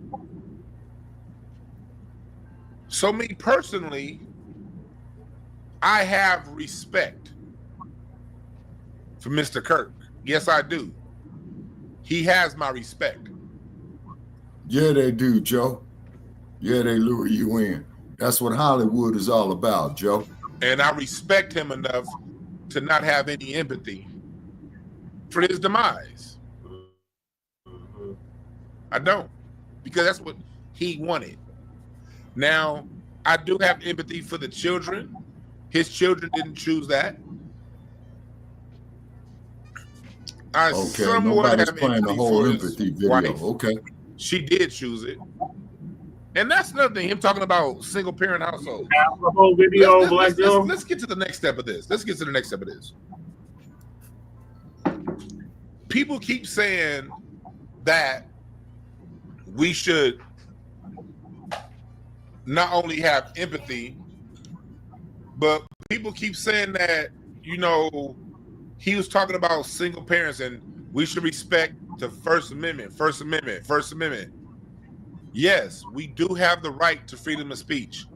Yeah, tell us about this Black experience of that. It's many times we've been shut down exercising our First Amendment right. But the last time I read the U.S. Constitution, I did not see where it said you had freedom of consequences.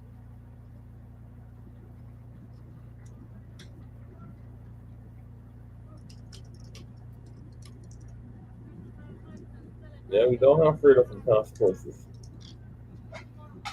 So careful what Here you it say. is. Let's go back and read the First Amendment.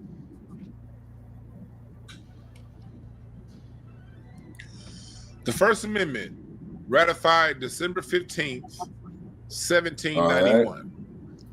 Congress shall make no law respecting an establishment of religion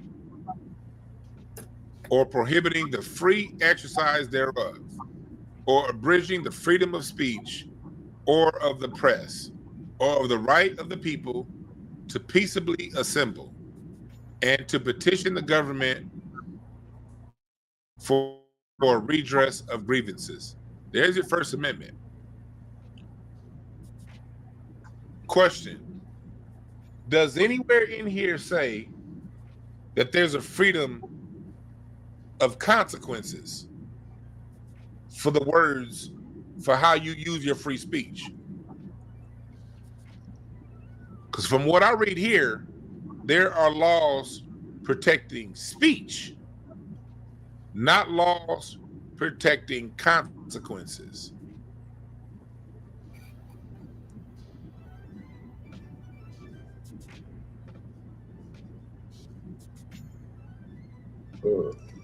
You have to understand, when you speak death, life and death are in the power of the tongue. Yep. And when you say things about groups of people, that may or may not come with a consequence.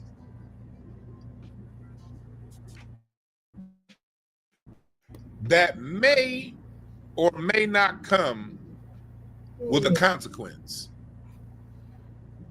You have the right to say whatever you want to say. And people have the right to punch you in the mouth in return. Or if they don't want to punch you in the mouth because, like me, they're nonviolent, I'm not punching you in the mouth because I'm nonviolent. That's what I am. I'm nonviolent. Well, I might decide to come back and say something equally as heinous about you, your mama, and your kids. That's my free speech. If I feel disrespected enough based on what you said, then I have free speech also. And I have the freedom to respond in a way that's satisfactory to me. O'Brien Tucker says, YouTube still wants to believe that white folks still wants to believe in turn the other cheek policy. And we're saying it is a new day. You goddamn right it's a new day. Right. I got a super chat. James, I appreciate the super chat. Hey, Leonard's in the building. Salute, Leonard. Leonard said he empathized with the gun. First time super chatter. Appreciate it. I mean, appreciate the cash app. Must have been stressful. Kevin, I appreciate the cash app. Williams, Latrivia Lawson, I appreciate the cash apps from y'all. Yeah, no. I appreciate the cash apps from y'all. Don't let Ray's bacon. Yes, sir. Demons pull you in without coming.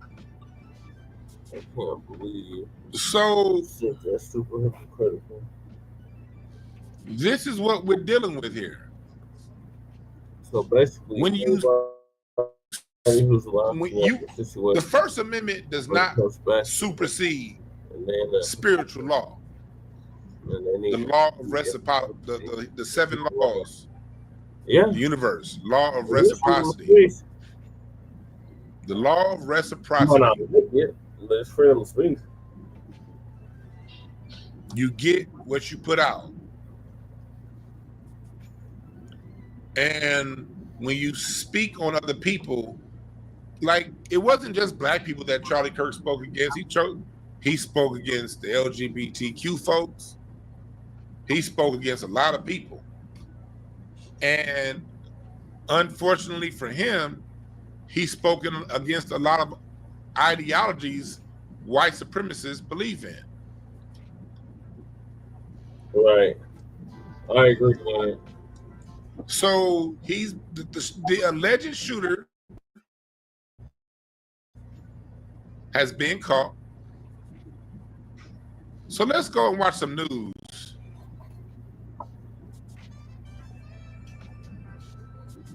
Let me see.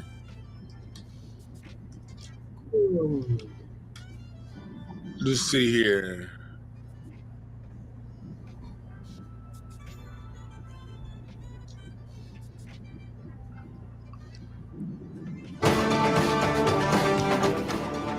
This is a CBS News special report. I'm Gail King here in New York. Officials in Utah are about to hold a news conference on the Charlie Kirk assassination.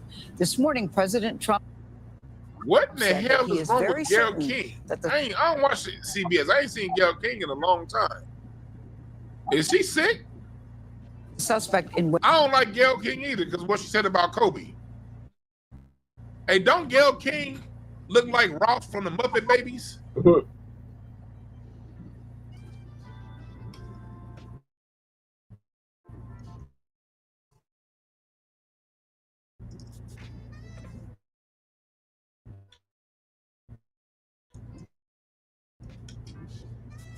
Don't she look like Ralph? When your room gets kind of weird and you wish that you weren't there, just close your eyes and make believe in someone big. Because Gail King disrespected Kobe. Freedom of speech, not freedom of consequences. Freedom of speech. The consequences for her free speech speaking against Kobe is she's always gonna be rough for the Muppet Babies. Wednesday's killing is under arrest. He also said that someone close to the suspect turned him in. So let me fast forward to the conference. Let me see here. Let's watch him talk about this dude getting caught. Let's watch him talk about that. Director Patel and Commissioner Mason will take questions. Thank you.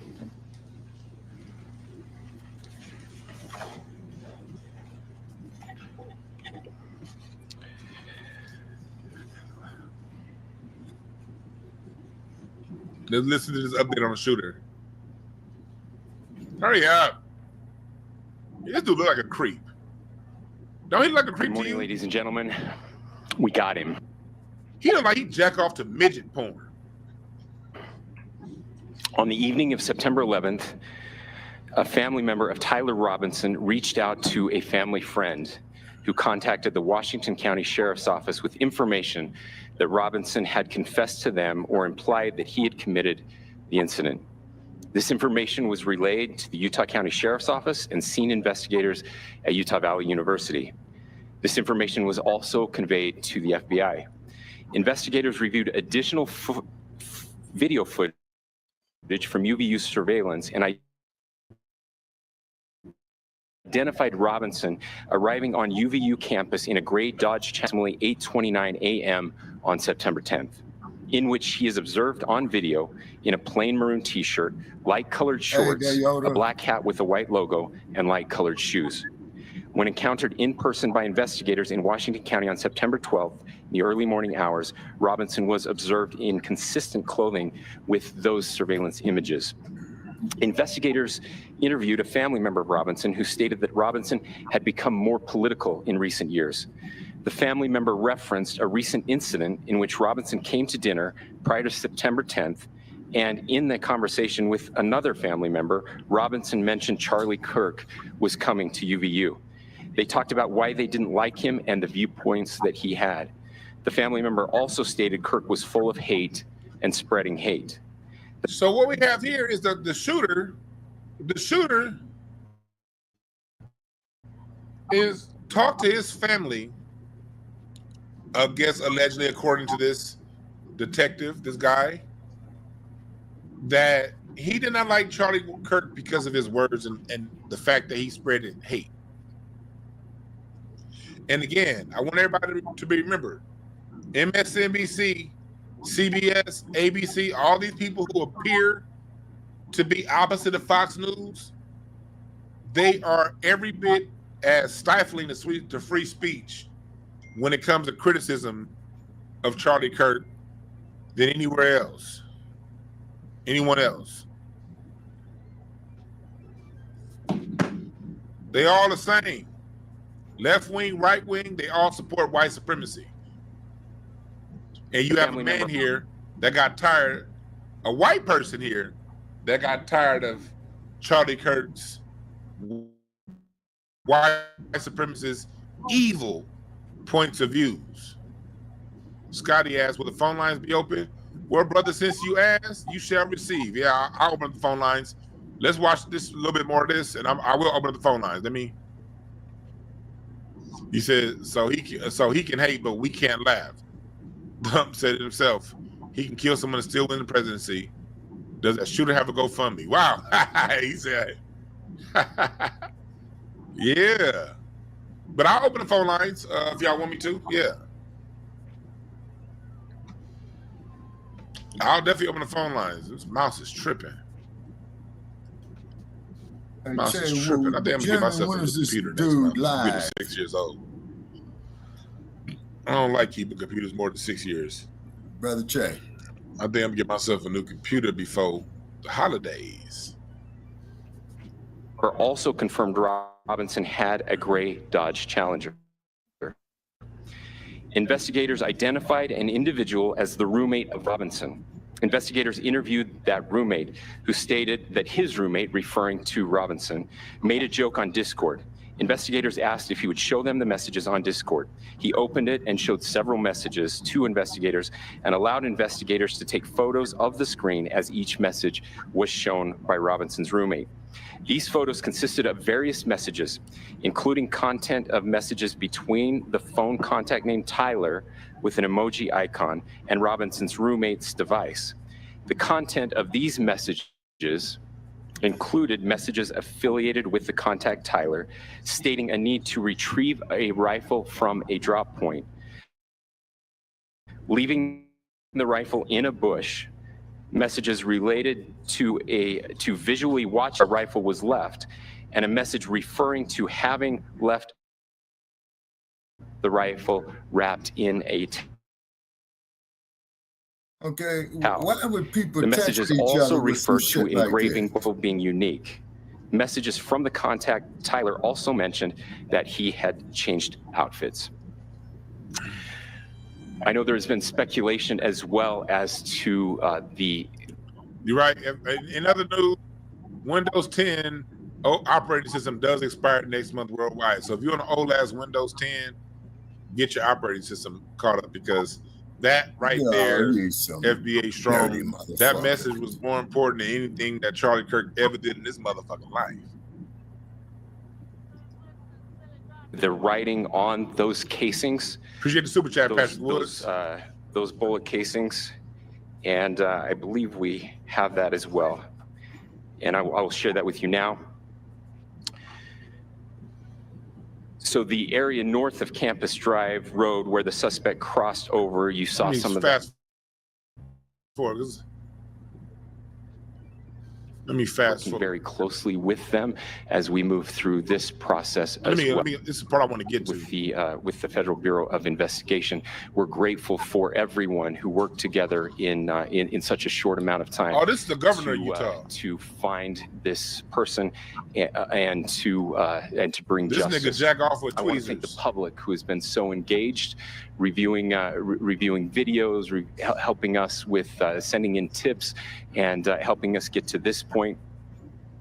I want to thank the family members of Tyler Robinson who did the right thing in this case and were able to bring him into to law enforcement as well.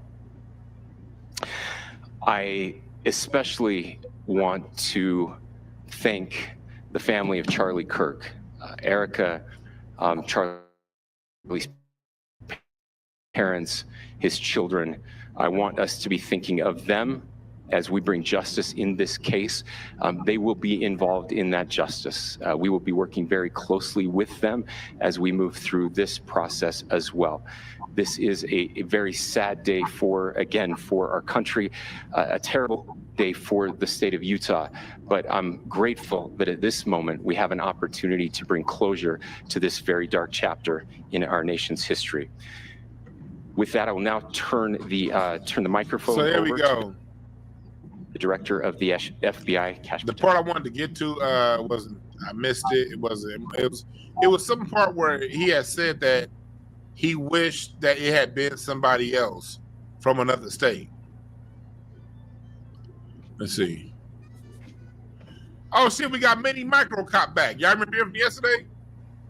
This little midget ass cop.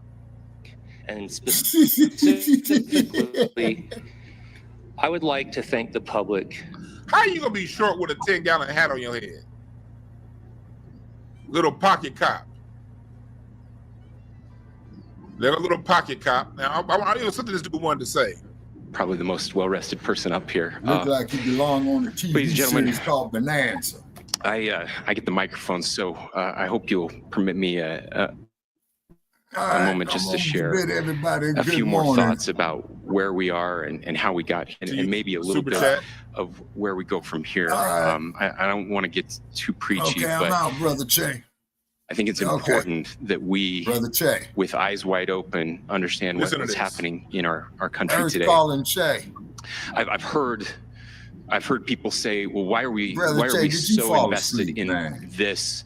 There's violence happening all across our country. And violence is tragic everywhere. Okay. There have been over 18,000 murders in America. We put a lot of work in here, boy. And every life, Brother Che, if you hear me, man, I'll give you a call tomorrow. A child of God who deserves our love and respect and dignity. This is certainly about the tragic death, political assassination of Charlie Kirk. But it is also much bigger than an attack on an individual. It is an attack on all of us. It is an attack on the American experiment. It is an attack on our ideals. This cuts to the very foundation of who we are, of who we have been. The spirit of John Brown got in the title. That's right. In better times. That's right. Political violence is different than any other type of violence. For lots of different reasons. One, because you notice how when it comes to white people getting killed, they can name it and talk about and differentiate it? No, violence is violence. With most murders of all races happen between people who either know or are familiar with one another. Charlie Kirk pushed the line that basically black people were going around the hood shooting and killing each other. No. Most murders in the hood have to do with infidelity and money, like anything else. Infidelity and money. Somebody robbed somebody, somebody smashed somebody's gal. That's most of the murders in the hood, 99.9% of them. It ain't because someone just stepped on somebody's shoes. Something like them coon niggas like Royce White like pushing. And black, you can't go in a black neighborhood because, yeah, you just step on somebody's shoes. Charlie Kirk made it seem as if black people just going all throughout the hood murdering each other. No. It all comes back down to something political. Street politics. Like what Common said, the story of the streets is needs and takes. That's murder in the hood. That's what's going on in the hood. Our brother Common taught us that.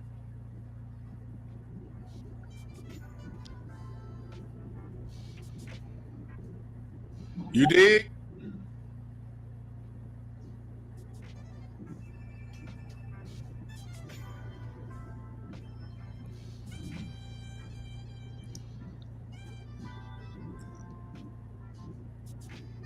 I'm looking for it and takes.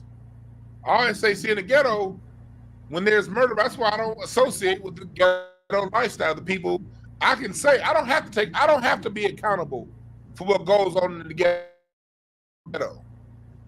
Because I'm not in that position. I don't have that karma. I'm not in that world. And most people in the ghetto are not in that world. Most people in the ghetto are not in that world. That's street life. But street life oftentimes get associated with black life. The karma of the streets is needs and takes. That's why we as black people, we find peace in beats and breaks. That's why we created jazz. That's why we created the blues. That's why we created funk and disco and hip hop. It's so that we can do things to creatively express our frustration rather than take it out on one another. But people like Charlie Kirk don't talk about how the music industry came in and purposely sabotaged our sound, purposely disenfranchised our music, took music out of education, out of the school system. Hell, he was a proponent of taking these kind of resources out of the school system. We find our peace in beats and breaks. But people like Charlie Kirk believe in removing that from us and then criticize the end result.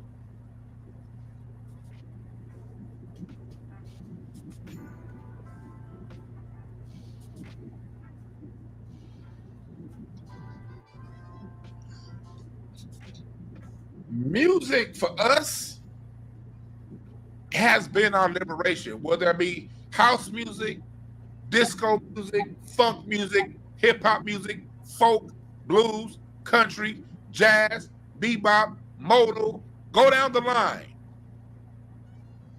And people like Charlie Kirk advocated for taking that from us. And then when that shit gets taken from us, when a couple of kids who don't have any resources,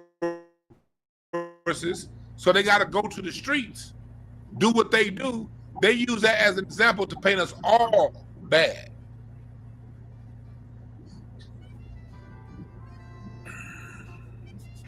Very act that Charlie championed of expression, that freedom of expression that is enshrined in our founding documents, in having his— What about black people's freedom of expression? Life taken in that very act makes it more difficult for people to feel like they can share their ideas, that they can speak freely. We will never be able to solve all the other problems. And that right there, my friends, is a major reason why they're having a big old thing. I'm about to open up the phone lines in a second. Y'all said y'all wanted to call in, get ready to call in. That right there is what I want to talk about right there when y'all call in. Let's go back and listen to that part again. Makes it more difficult for people to feel like their ideas, that they can speak freely. We will Charlie Kirk, if they just wanted to murder Charlie Kirk, they could have done that off camera anytime they wanted to. This was done in public as a dog whistle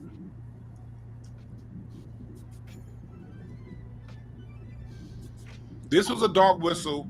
A white man killing a white man. This was a dog whistle to all of those conservatives out there. Phone lines are now open. Call in. Phone lines are now open.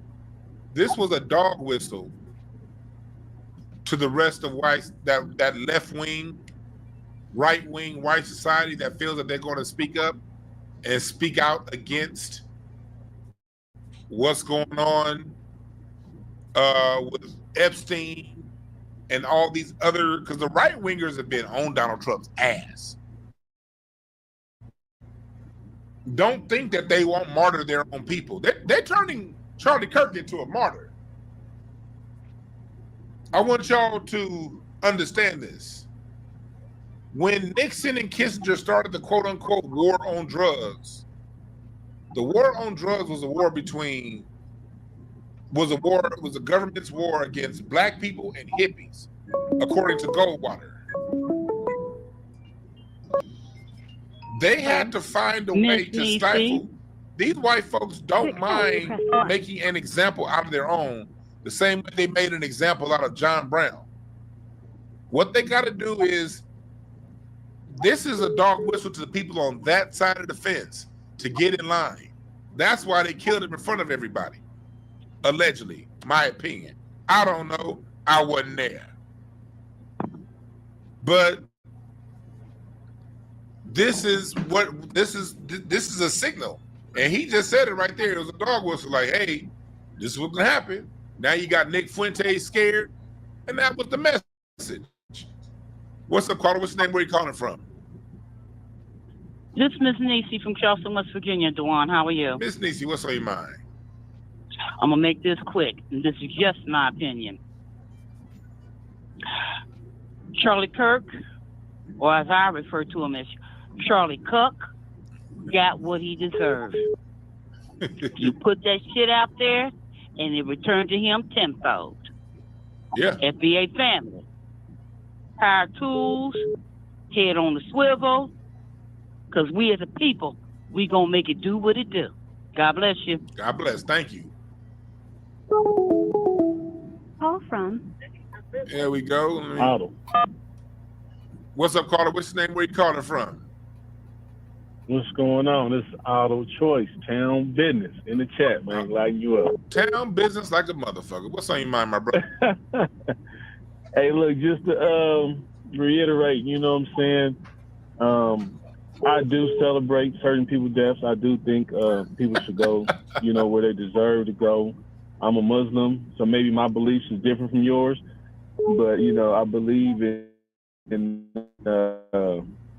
you know, what comes around goes around, and I believe in the death penalty. And America believes in Utah believes. I mean, I don't understand what's going on. When if you believe in the death penalty, then don't you believe in death? I mean, he got on there talking about all lives are God's children. Okay, well, get rid of the death penalty. I bet you won't do that. But my comment also was that remember Trump said, I can go out to Main Street and kill somebody and still win presidency? Right. Yes, he did. It's funny how they keep bringing up death, ain't it? Yeah, and it's like, wait a minute. If you can kill, he didn't say a certain person. I can kill any of y'all New Yorkers out there, and I'll still win presidency. Nobody's holding him accountable for now letting people know that even a president feels this way. Maybe it's Donald Trump, because Donald Trump said he could do it. You know what I'm saying? So it's real interesting how the double standards are. We should be allowed to say anything, but you're not allowed to laugh. So I guess they're gonna bring back the barrel of laugh rule for us. The barrel of laughs. The barrel of laugh, right? We got to stick our head in the barrel now when a white person go off because we could be laughing about Charlie now. Right about that. I don't understand this. You know, when Stephen A. Smith had his whole bull crap, you know what I'm saying, a conversation about, yeah, you know, I don't care about the politics. You know, I'm an American. That's an oxymoron. How are you an American citizen, but you don't care about politics? You don't care about the point of view of politics. But you asking people to vote, but you asking people not to care. Which one are you? Okay, because I got to care about politics if I'm a voter. That's real talk. So it's a lot of double talking in this conversation, but a lot of double talk, a lot of double energy senators and no fucking character. Right, and you know what? Honestly, I'm having fun with you because I can give two shakes of a rattle's tail about this whole incident. But since it's out there as a topic, I got to take this on the call, dog. Thanks, man. Have a good one. All right, man. I'm gonna holler at you later. Yes, sir. There we go. What's up, caller? What's your name? Where you calling from? Big one. Herc Owen, bro. Herc, what's on your mind, my brother? All right, man. Yeah, okay. Charlie Kirk was a total. Basically, he was an advocate of hate speech and violence. Mm-hmm. The man questioned our very humanity. He questioned our very humanity. Questioned it if Black America was deserving of being given our civil rights. What kind of man? What type of evil dwells in a man that questions the human rights of another people? Real talk. Well, our ancestors heard him. Our ancestors heard him from their cosmic place in the universe, mm-hmm. and dispatched vengeance. Mm-hmm. Mr. Kirk got what he rightfully deserved. Mm. And I don't care who has a problem with it.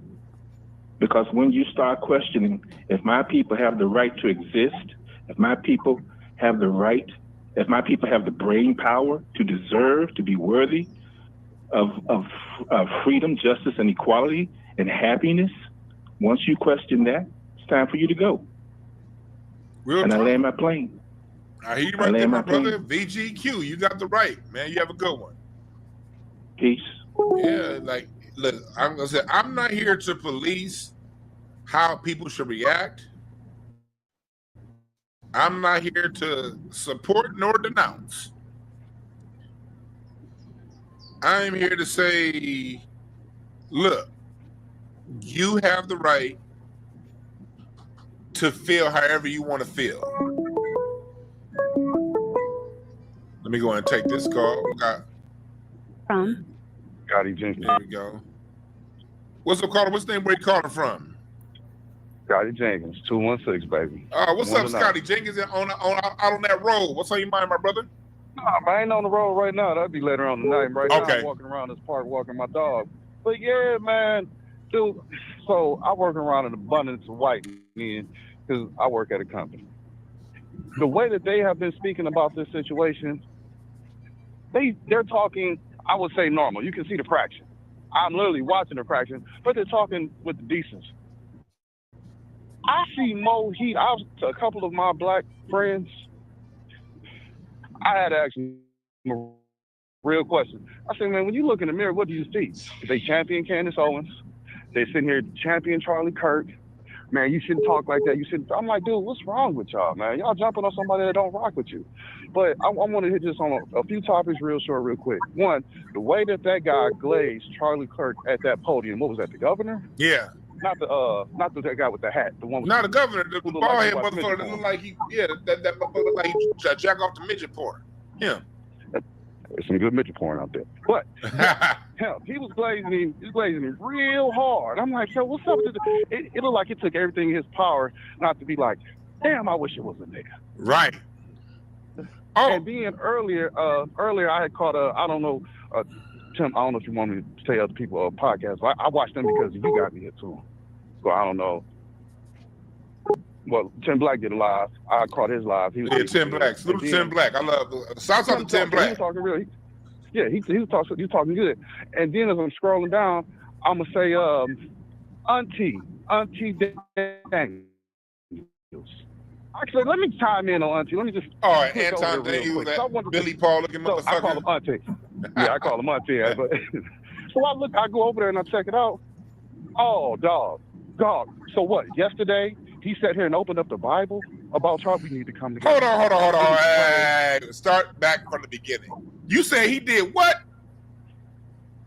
Yes, when the Charlie Kirk situation happened, when he got necked, and he started his thing by opening up the Bible and praying for Charlie Kirk, praying for America. Oh my God! He did the Stephen A. Smith. Really? This was yesterday, or when it happened. Yeah, he did the Stephen A. Smith. You know, when white folks do something, that is my friend.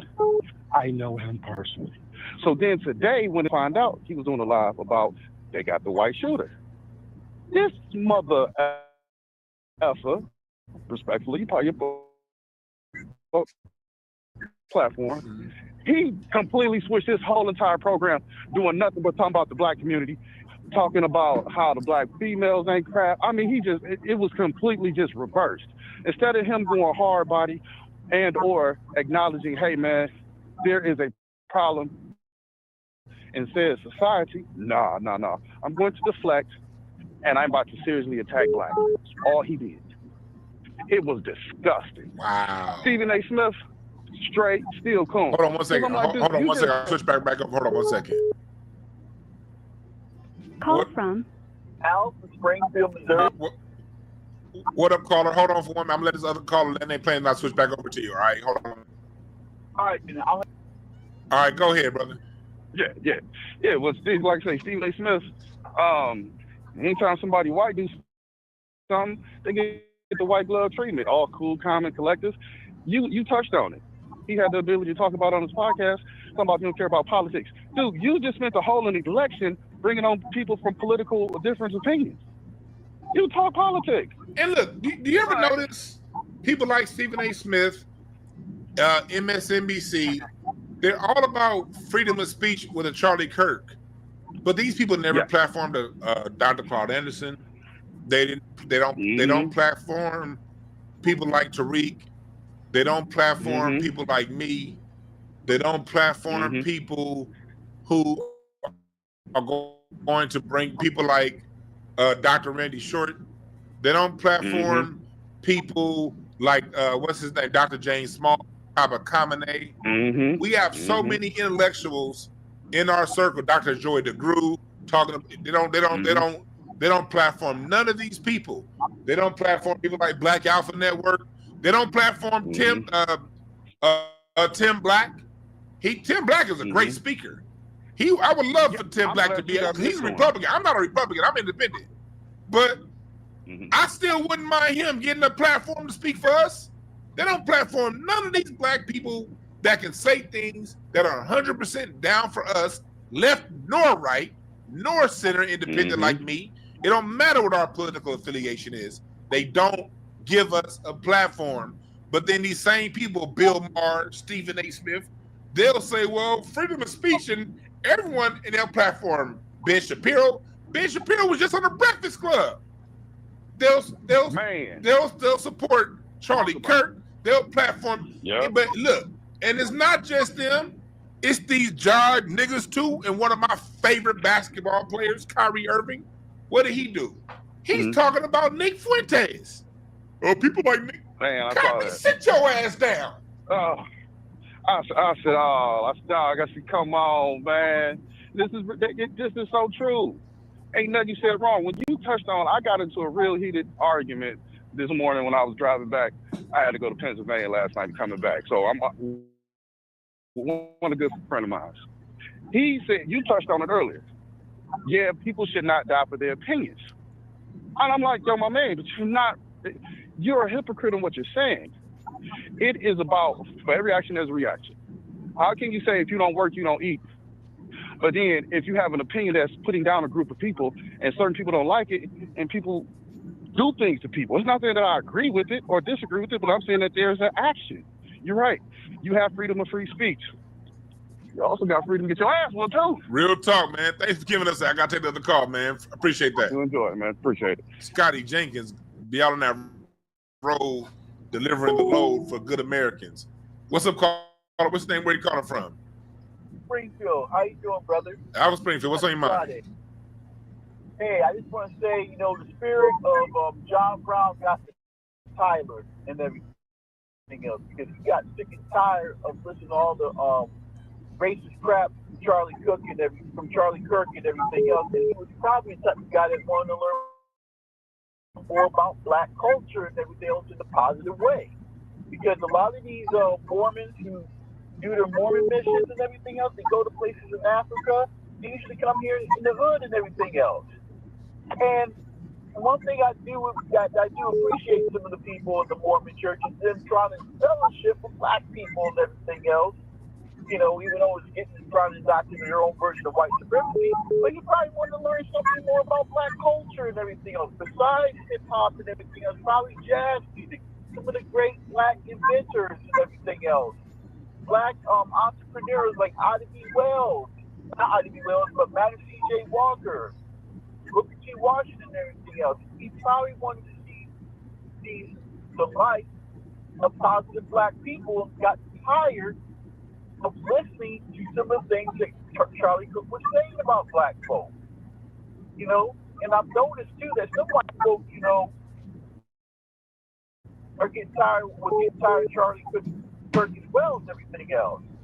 See, Charlie Kirk's mission really was to stop, you know, was trying to stop the mindset of many white people who were beginning to, you know, wake up and everything else after the George Floyd incident. That was his main mission. So, Juan, you have a good day, man. I'm going to land my plane. I appreciate it, man. You're 100% on point, man. Thank you. What's up, caller? What's your name? 818 call back. 818 call back. Somebody say you missed the Kyrie stuff. Also, y'all said Tim Black's not Republican. Yeah, that was my mistake. Tim Black has always had more. He's had more conservative point of view. He's not a Republican. My bad. Either way it go, I fucks with Tim Black. I don't give a damn what party he's from. I like that man's point of view. I mean, I would love to see Tim Black on MSNBC as a regular, because it ain't about me. It's about the message. People I would love to see on MSNBC, Fox News as regulars.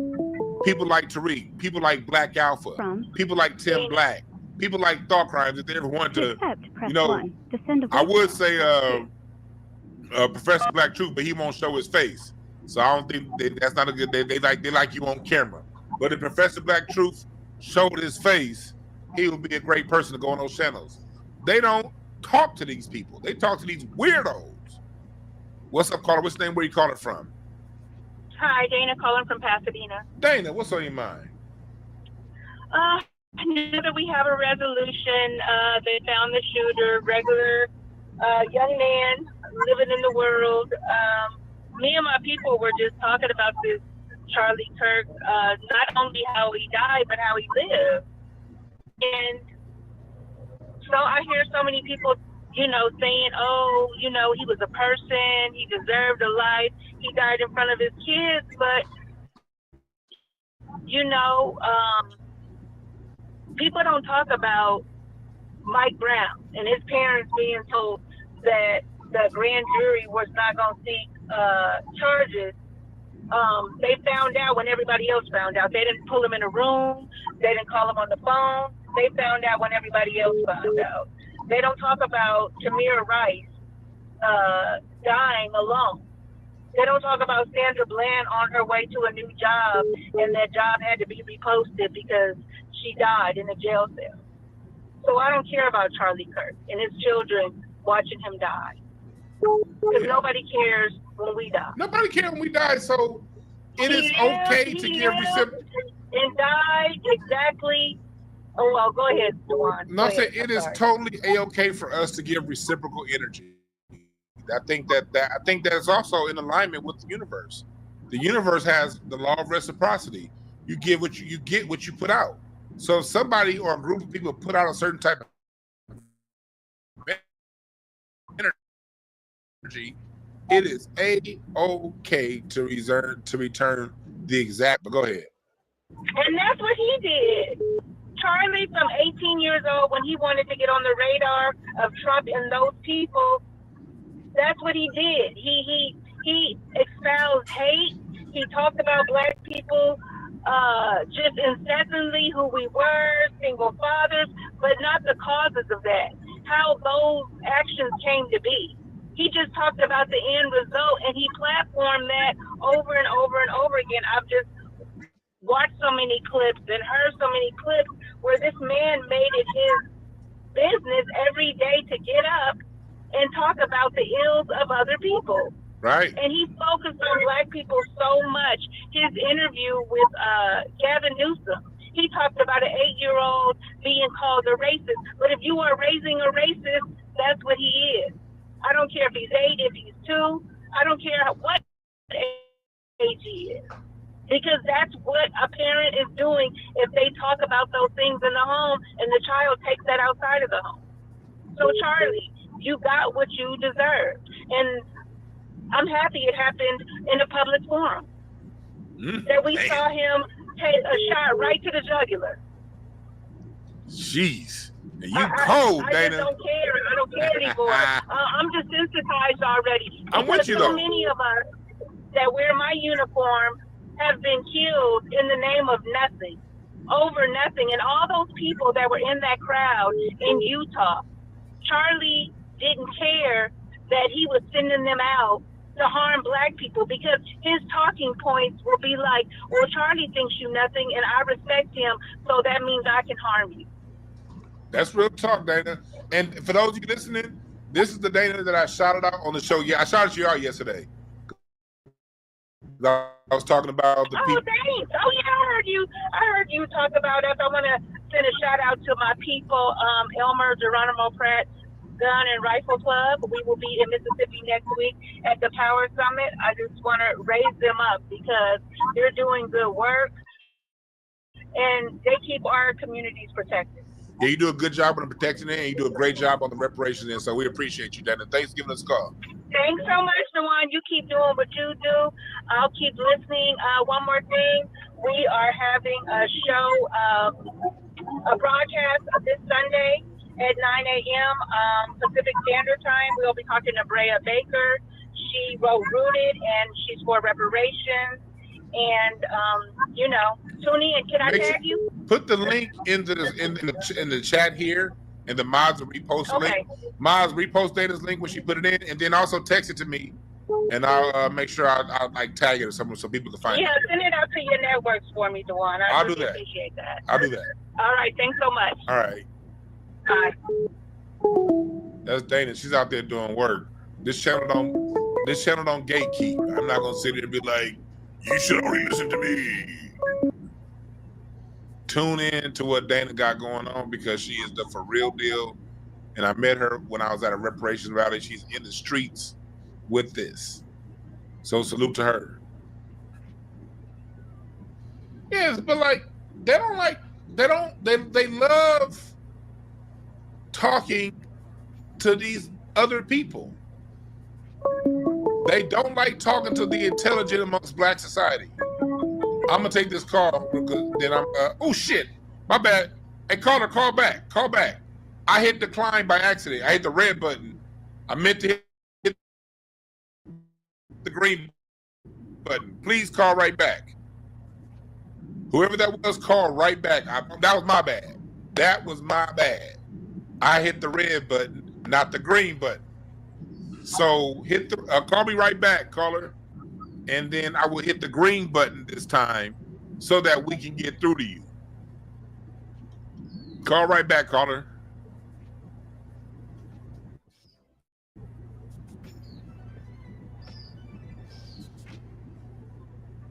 Please call right back. I think that was my man Torian. Yeah. I think that was yeah, we go.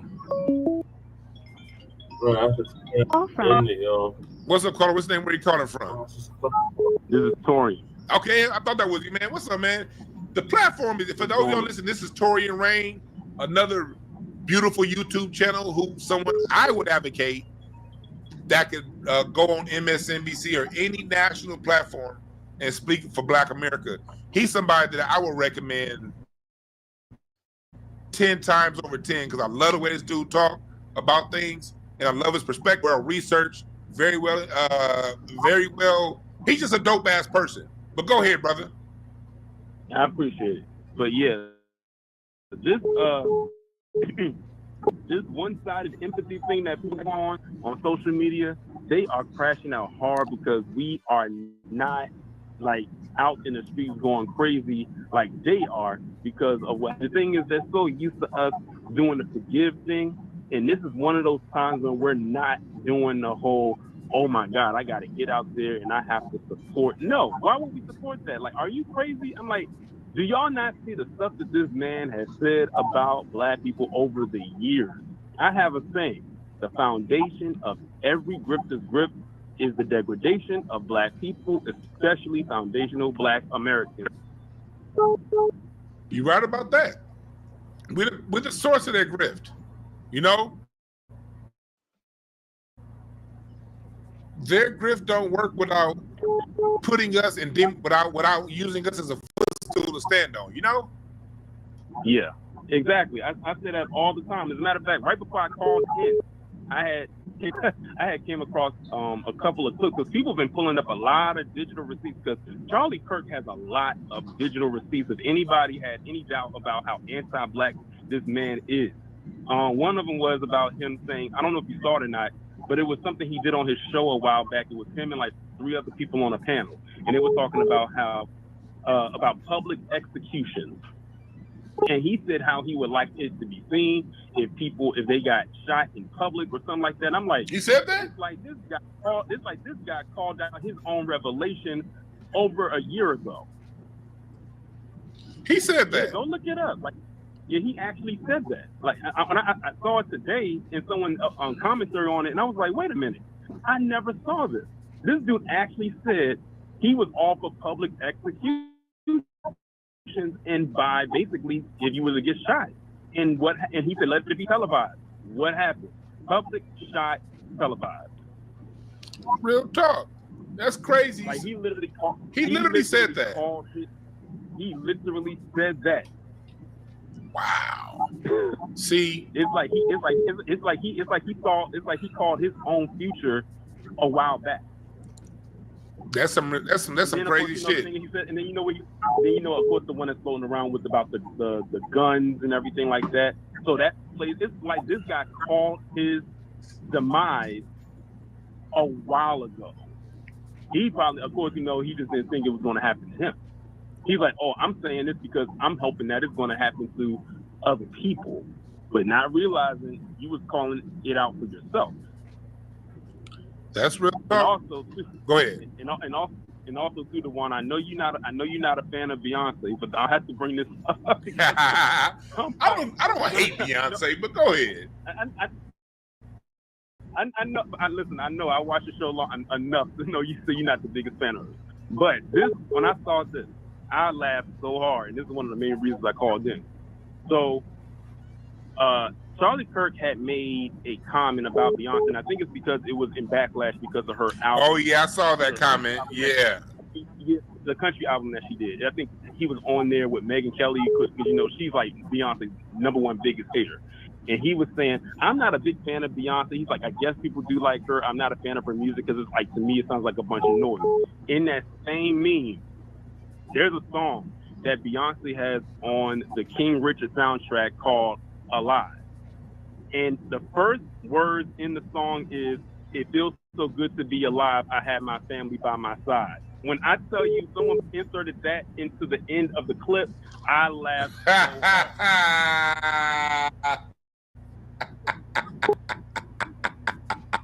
Hey, but I want to go with Tori. I want to go with the whole Beyonce angle.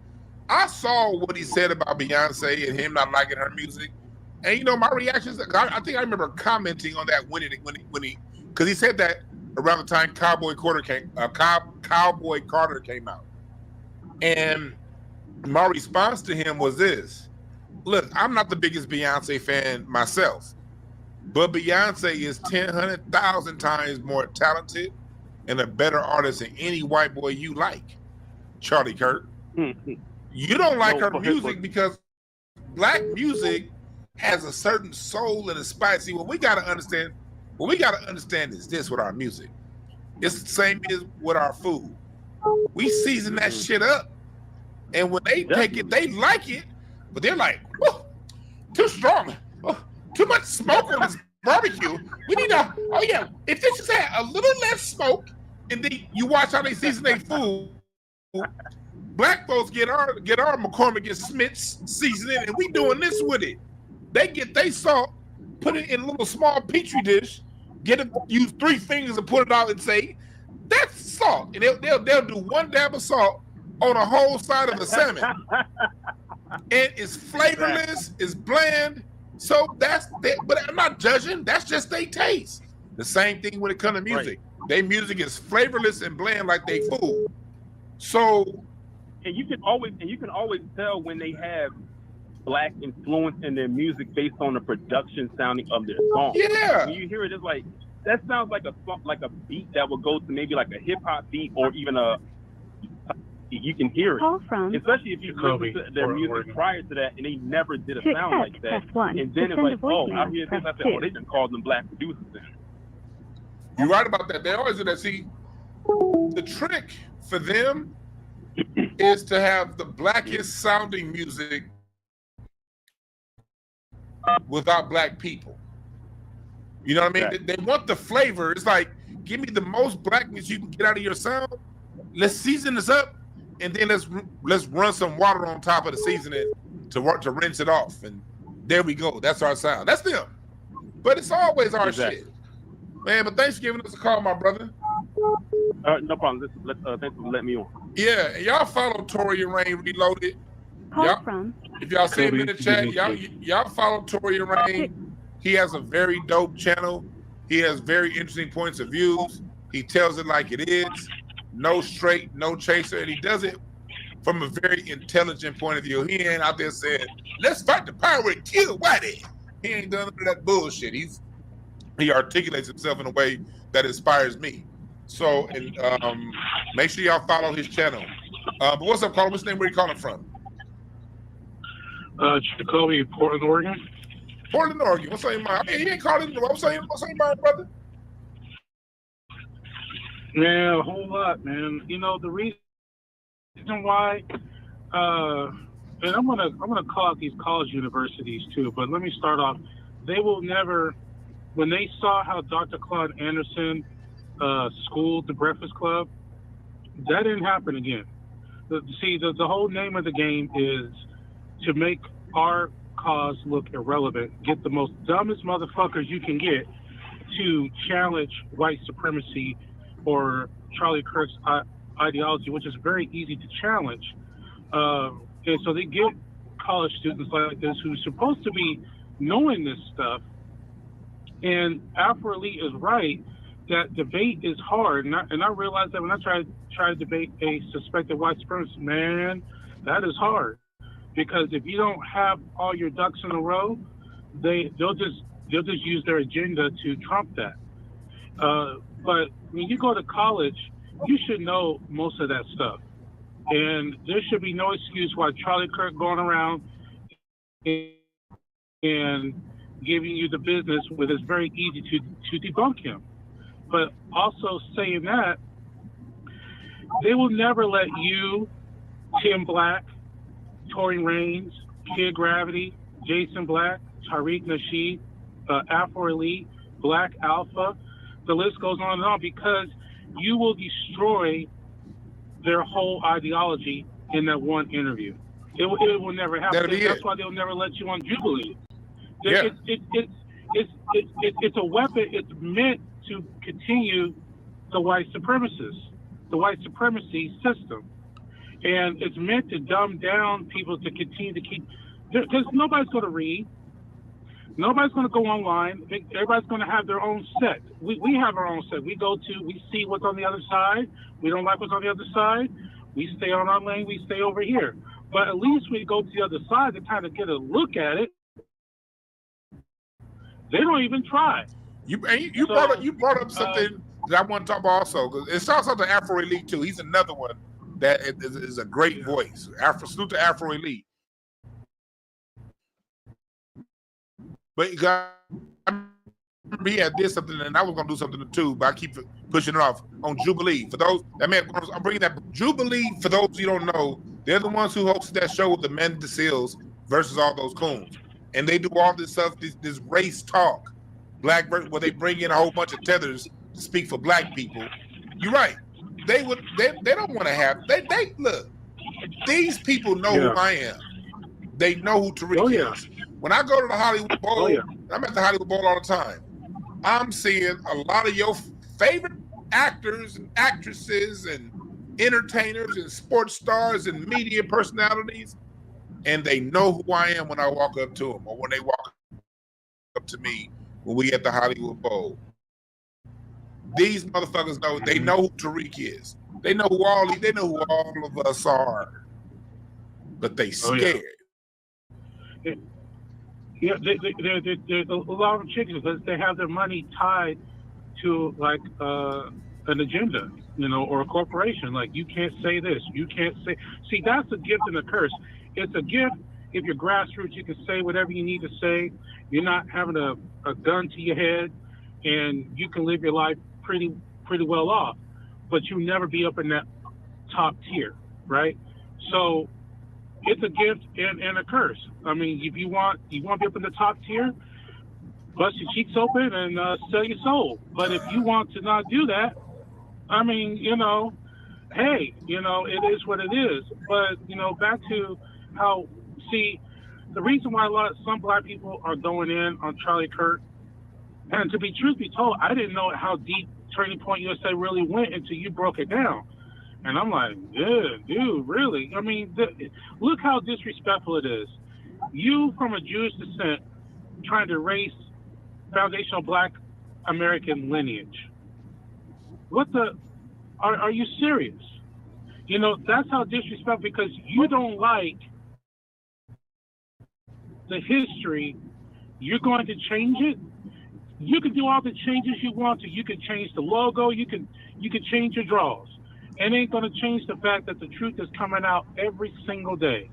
And good luck with that. Because, and I'm going to land like this. I don't need the school to teach my upcoming children, which is going to be happening next year. I got all the books at home. Me and my wife talked about this. We got the books downstairs. Neely Fuller, the Green Motorist book, the ISIS papers.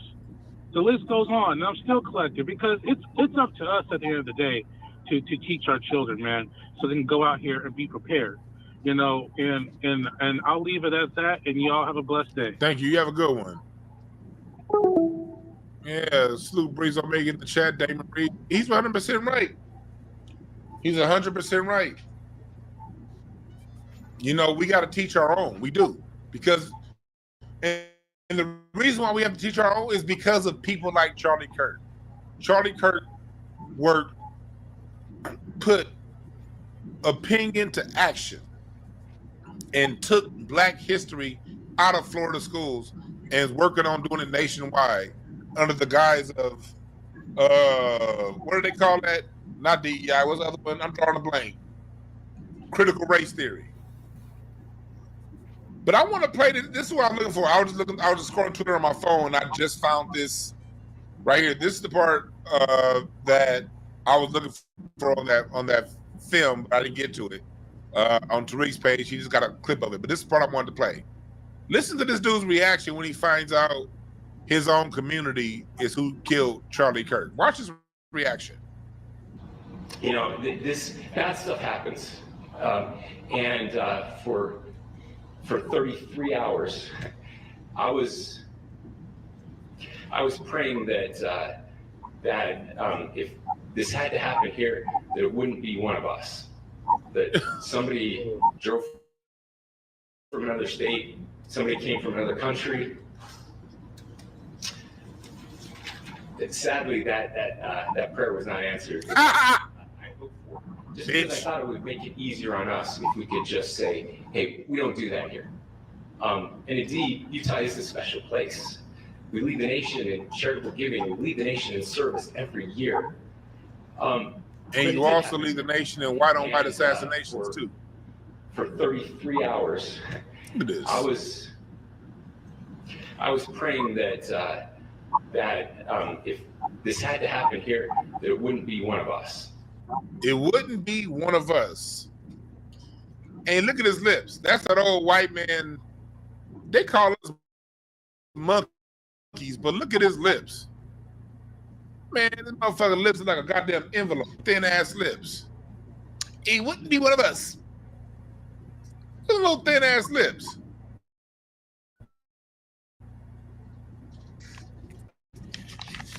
I was hoping it wouldn't be us.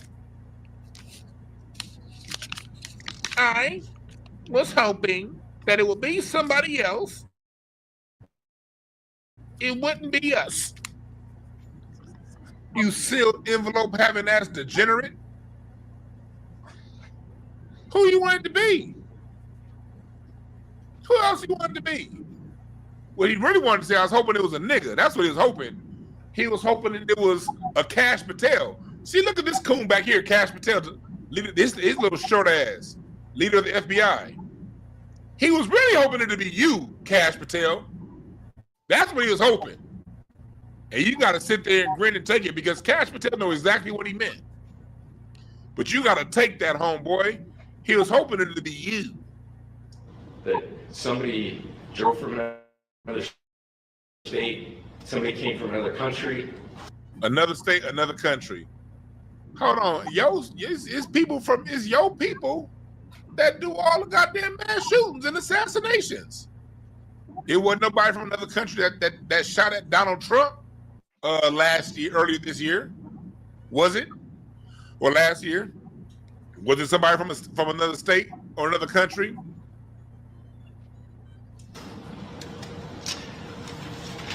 Sadly, that prayer was not answered the way I hoped for. Because God don't like ugly. He wanted God to answer the prayer of a sick degenerate, hoping that it will be somebody else that harmed them people. Shame on you. Just because I thought it would make it easier on us if we could just say, hey, we don't do that here. And indeed, Utah is a special place. That's who these people are. They're concerned with color race.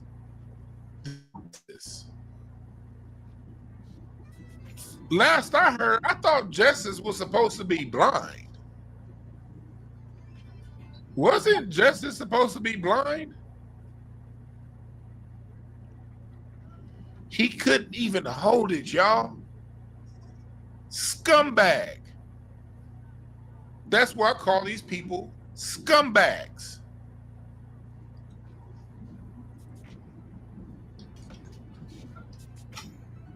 Not because I have hate in my heart, because that's some scumbag shit to say.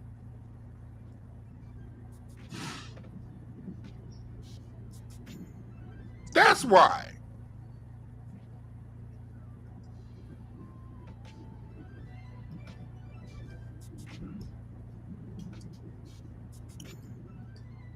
So yeah, this is what we're dealing with. This is what's going on. Black people, you have the right to react however you want to react. I'm not going to tell you you're right or wrong. I'm not going to tell you right or wrong. It's not my business to tell people right or wrong. Famously Black and salute for the super chat. I love you.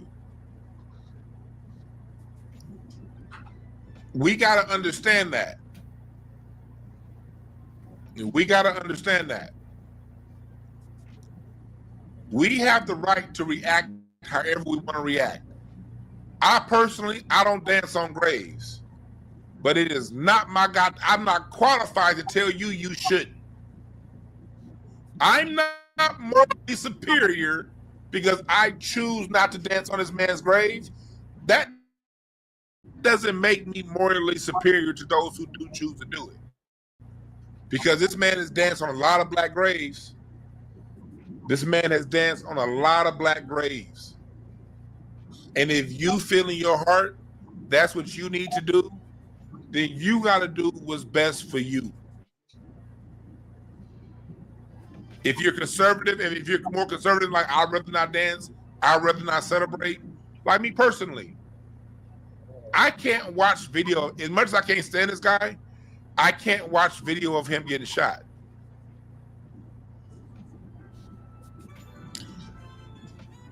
Project Leroy's pretty in the super chat. Personally, I can't watch video of him getting shot. That's kind of beyond my sensibilities. It's like, ugh. I don't like seeing people get killed. It brings up PTSD to me. I've seen 3 people get hit in the drive-by in shootings by the time I was 9. By the time I was 9, I saw people get shot. So I'm not about to, I can't watch it. I have for real PTSD. But for those of you who can watch it, watch all day. Just don't tag me in that shit. All right? For all you niggas watching that video, fine. Don't tag me. I don't want to see it.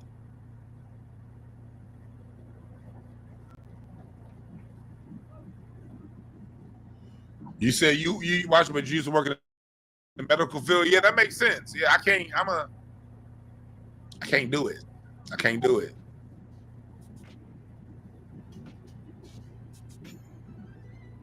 Come on. This how fucking petty the chat is. Y'all niggas is petty. This dude said not being funny, but that was the biggest shot in Utah since Jordan 98. You petty motherfuckers, man. That wasn't me, Universe. That was him. Sean. That was whoever wrote that. That wasn't me, Universe. Universe, I'm good. I'm just laughing at what he wrote. What's up, Carter? What's the name? Where he calling from? They hung up. Universe, that was not me. That was him.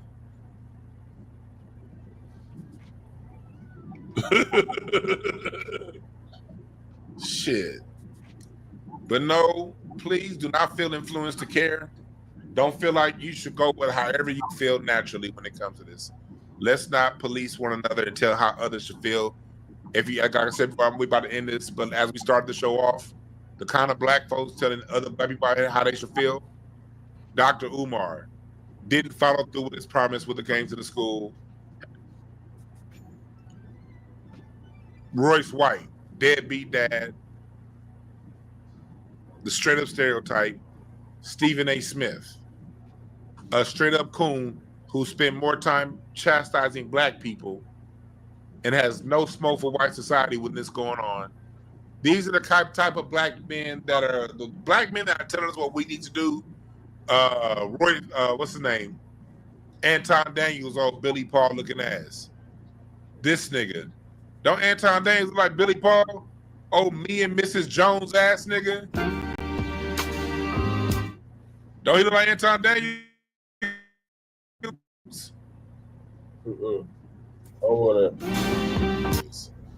Oh, so me and Mrs. Jones looking ass nigga.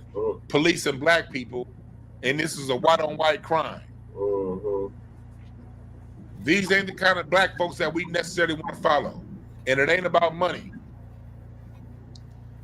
People, when they'll turn around and be like, well, I got a lot of money. Yeah, you also got a lot of self-hate too. I'll pass. Plenty of ways to make money beyond harming and hurting and spewing self-hating messages. All right? So y'all make sure that y'all stay on code with yourself, stay in love with yourself, be kind to yourself, be kind to other people, have empathy, unlike what Charlie Kirk preached. Because for me personally, although I'm not celebrating his death, I don't have empathy for him because I respect Charlie Kirk's wishes. His wish was that we not have empathy. His wish was that public executions will come back. His wish was we gotta have some deaths every year to keep our Second Amendment rights.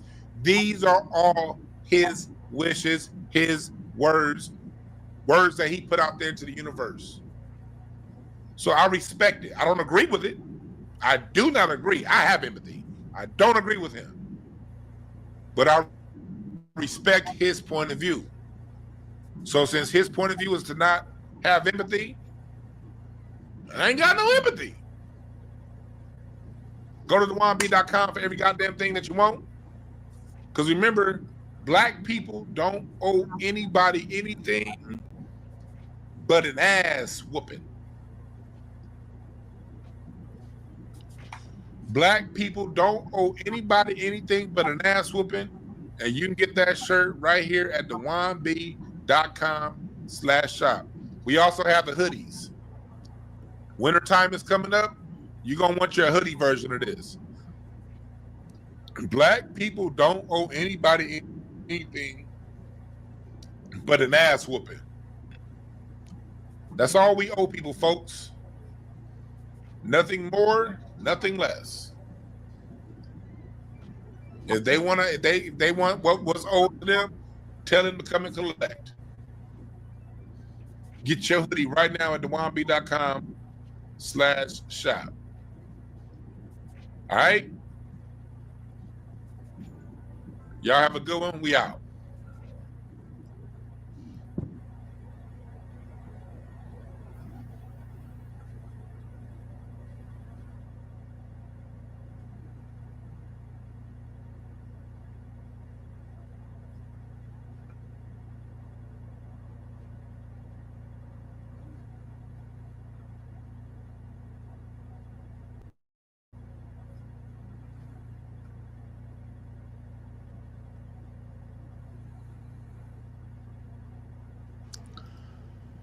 Charlie Kirk is gone.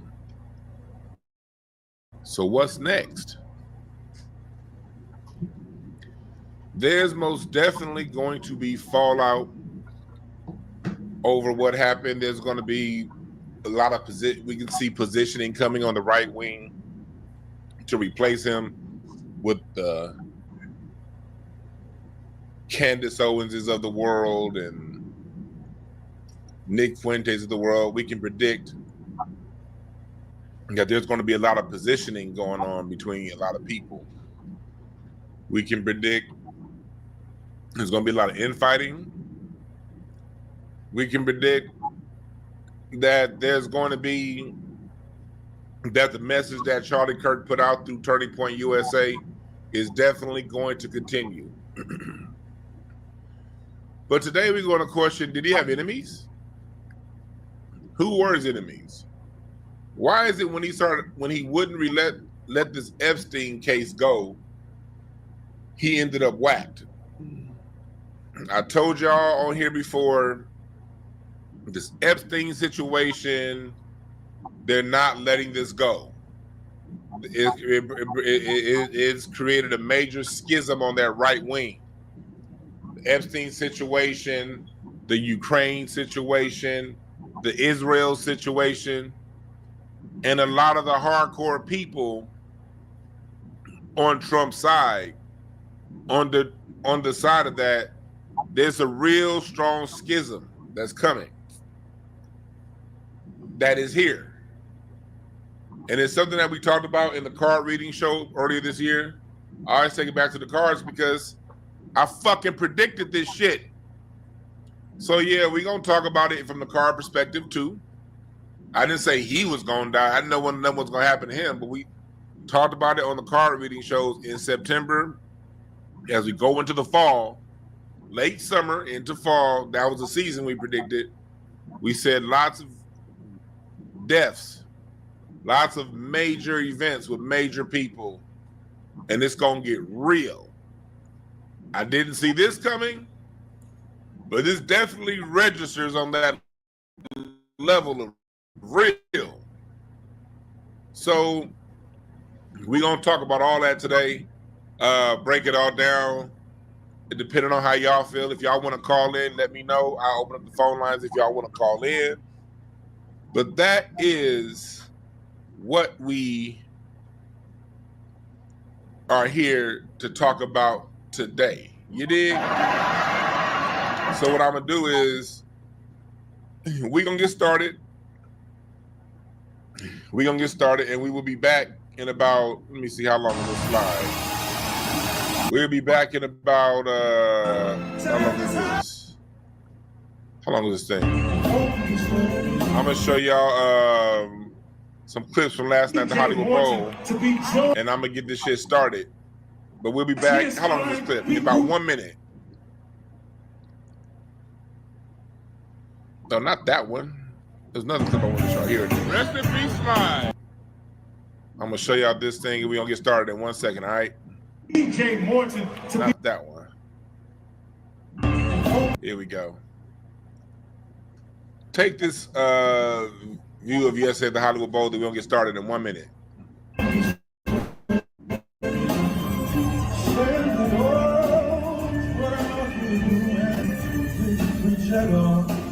See, I'm full of the blues,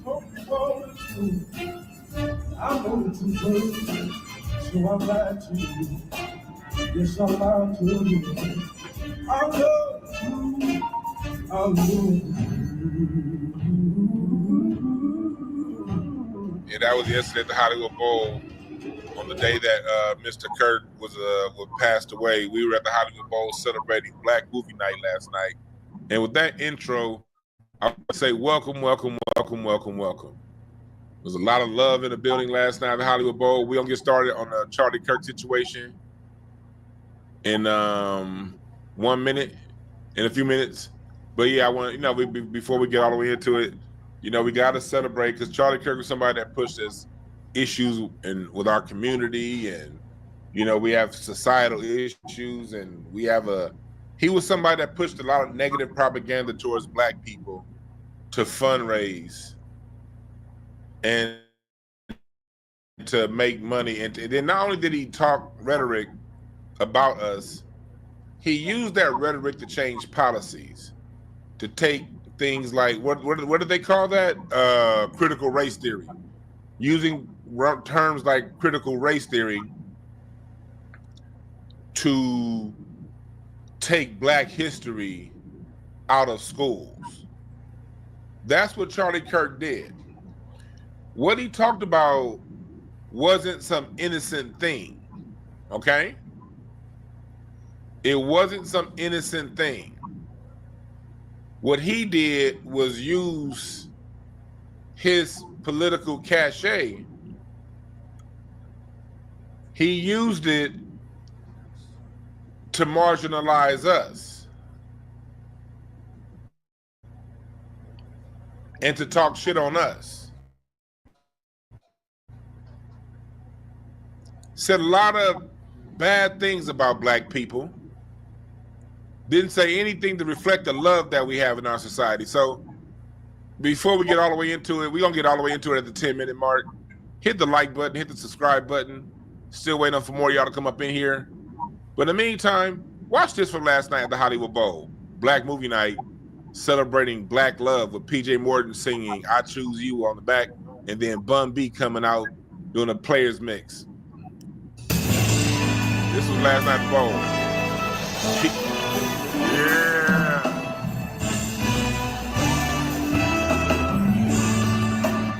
Charlie Kirk said we don't have love in our community. What?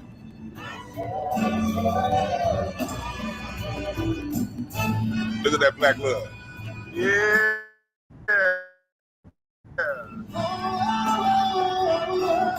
These are the people that say there's something wrong with our society and that we all violent.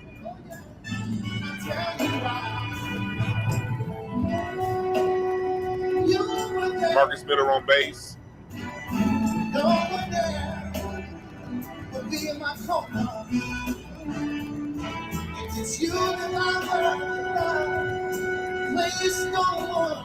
We don't have culture, huh? Oh yeah. How can I ever thank you? Turn those background singers up. We don't have culture, huh? Excuse me, I was a little loaded last night. Voiceovers. We don't have culture, right?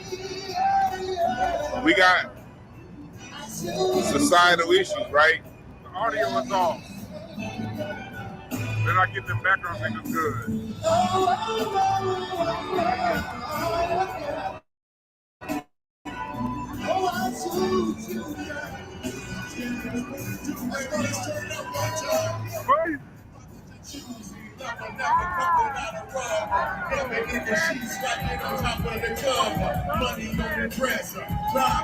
We got societal issues, right?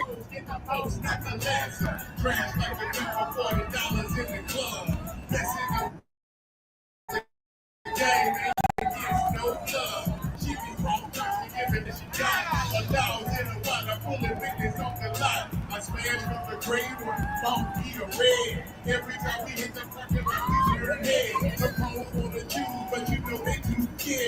Your shit told me you ain't a parent, you a parent.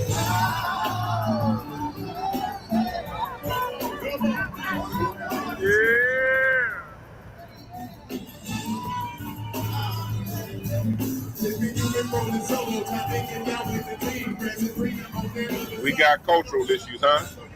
Yeah, that's what they always say. So I just played a little bit out, and I'll share more of that later on. But I shared that for a reason. Black society, like all societies, has its good and its bad. It has its positive and it has its negative. Charlie Kirk and Turning Point USA, they followed something that's been going on since the days of slavery and during the days of ending Reconstruction. Take the worst of our society and make that the face of our society, while at the same time erasing our history. His platform, and I agree with him on, hold on. And I agree with him on certain topics. You know, I'm not gonna say I disagree with him on everything. I agree with him on certain shit. No, we all agree with people on certain things. You know what I mean? But that's not where it mattered. Where it mattered was he used the worst of us, the worst example of us, to raise his profile and to raise money. Down to the end. Because when he was taken out, over the last, since the Trump administration has decided to not release the Epstein files, he's been very vocal about that. And it was the Trump administration that really put him on, that really gave him a national prominence for the first election and this one, using his organization, Turning Point USA, to reach out to young white voters and young white supremacists too. There's a lot of black white supremacists in your mind. So now he's coming out speaking against the master. You always got to watch when people speak up against the master. And the way he was getting his points back from speaking up against the master was literally bringing us back into it. His last words were about black on black crime, black violence. Hey, Bree. Literally his last words were about us and what we got going on.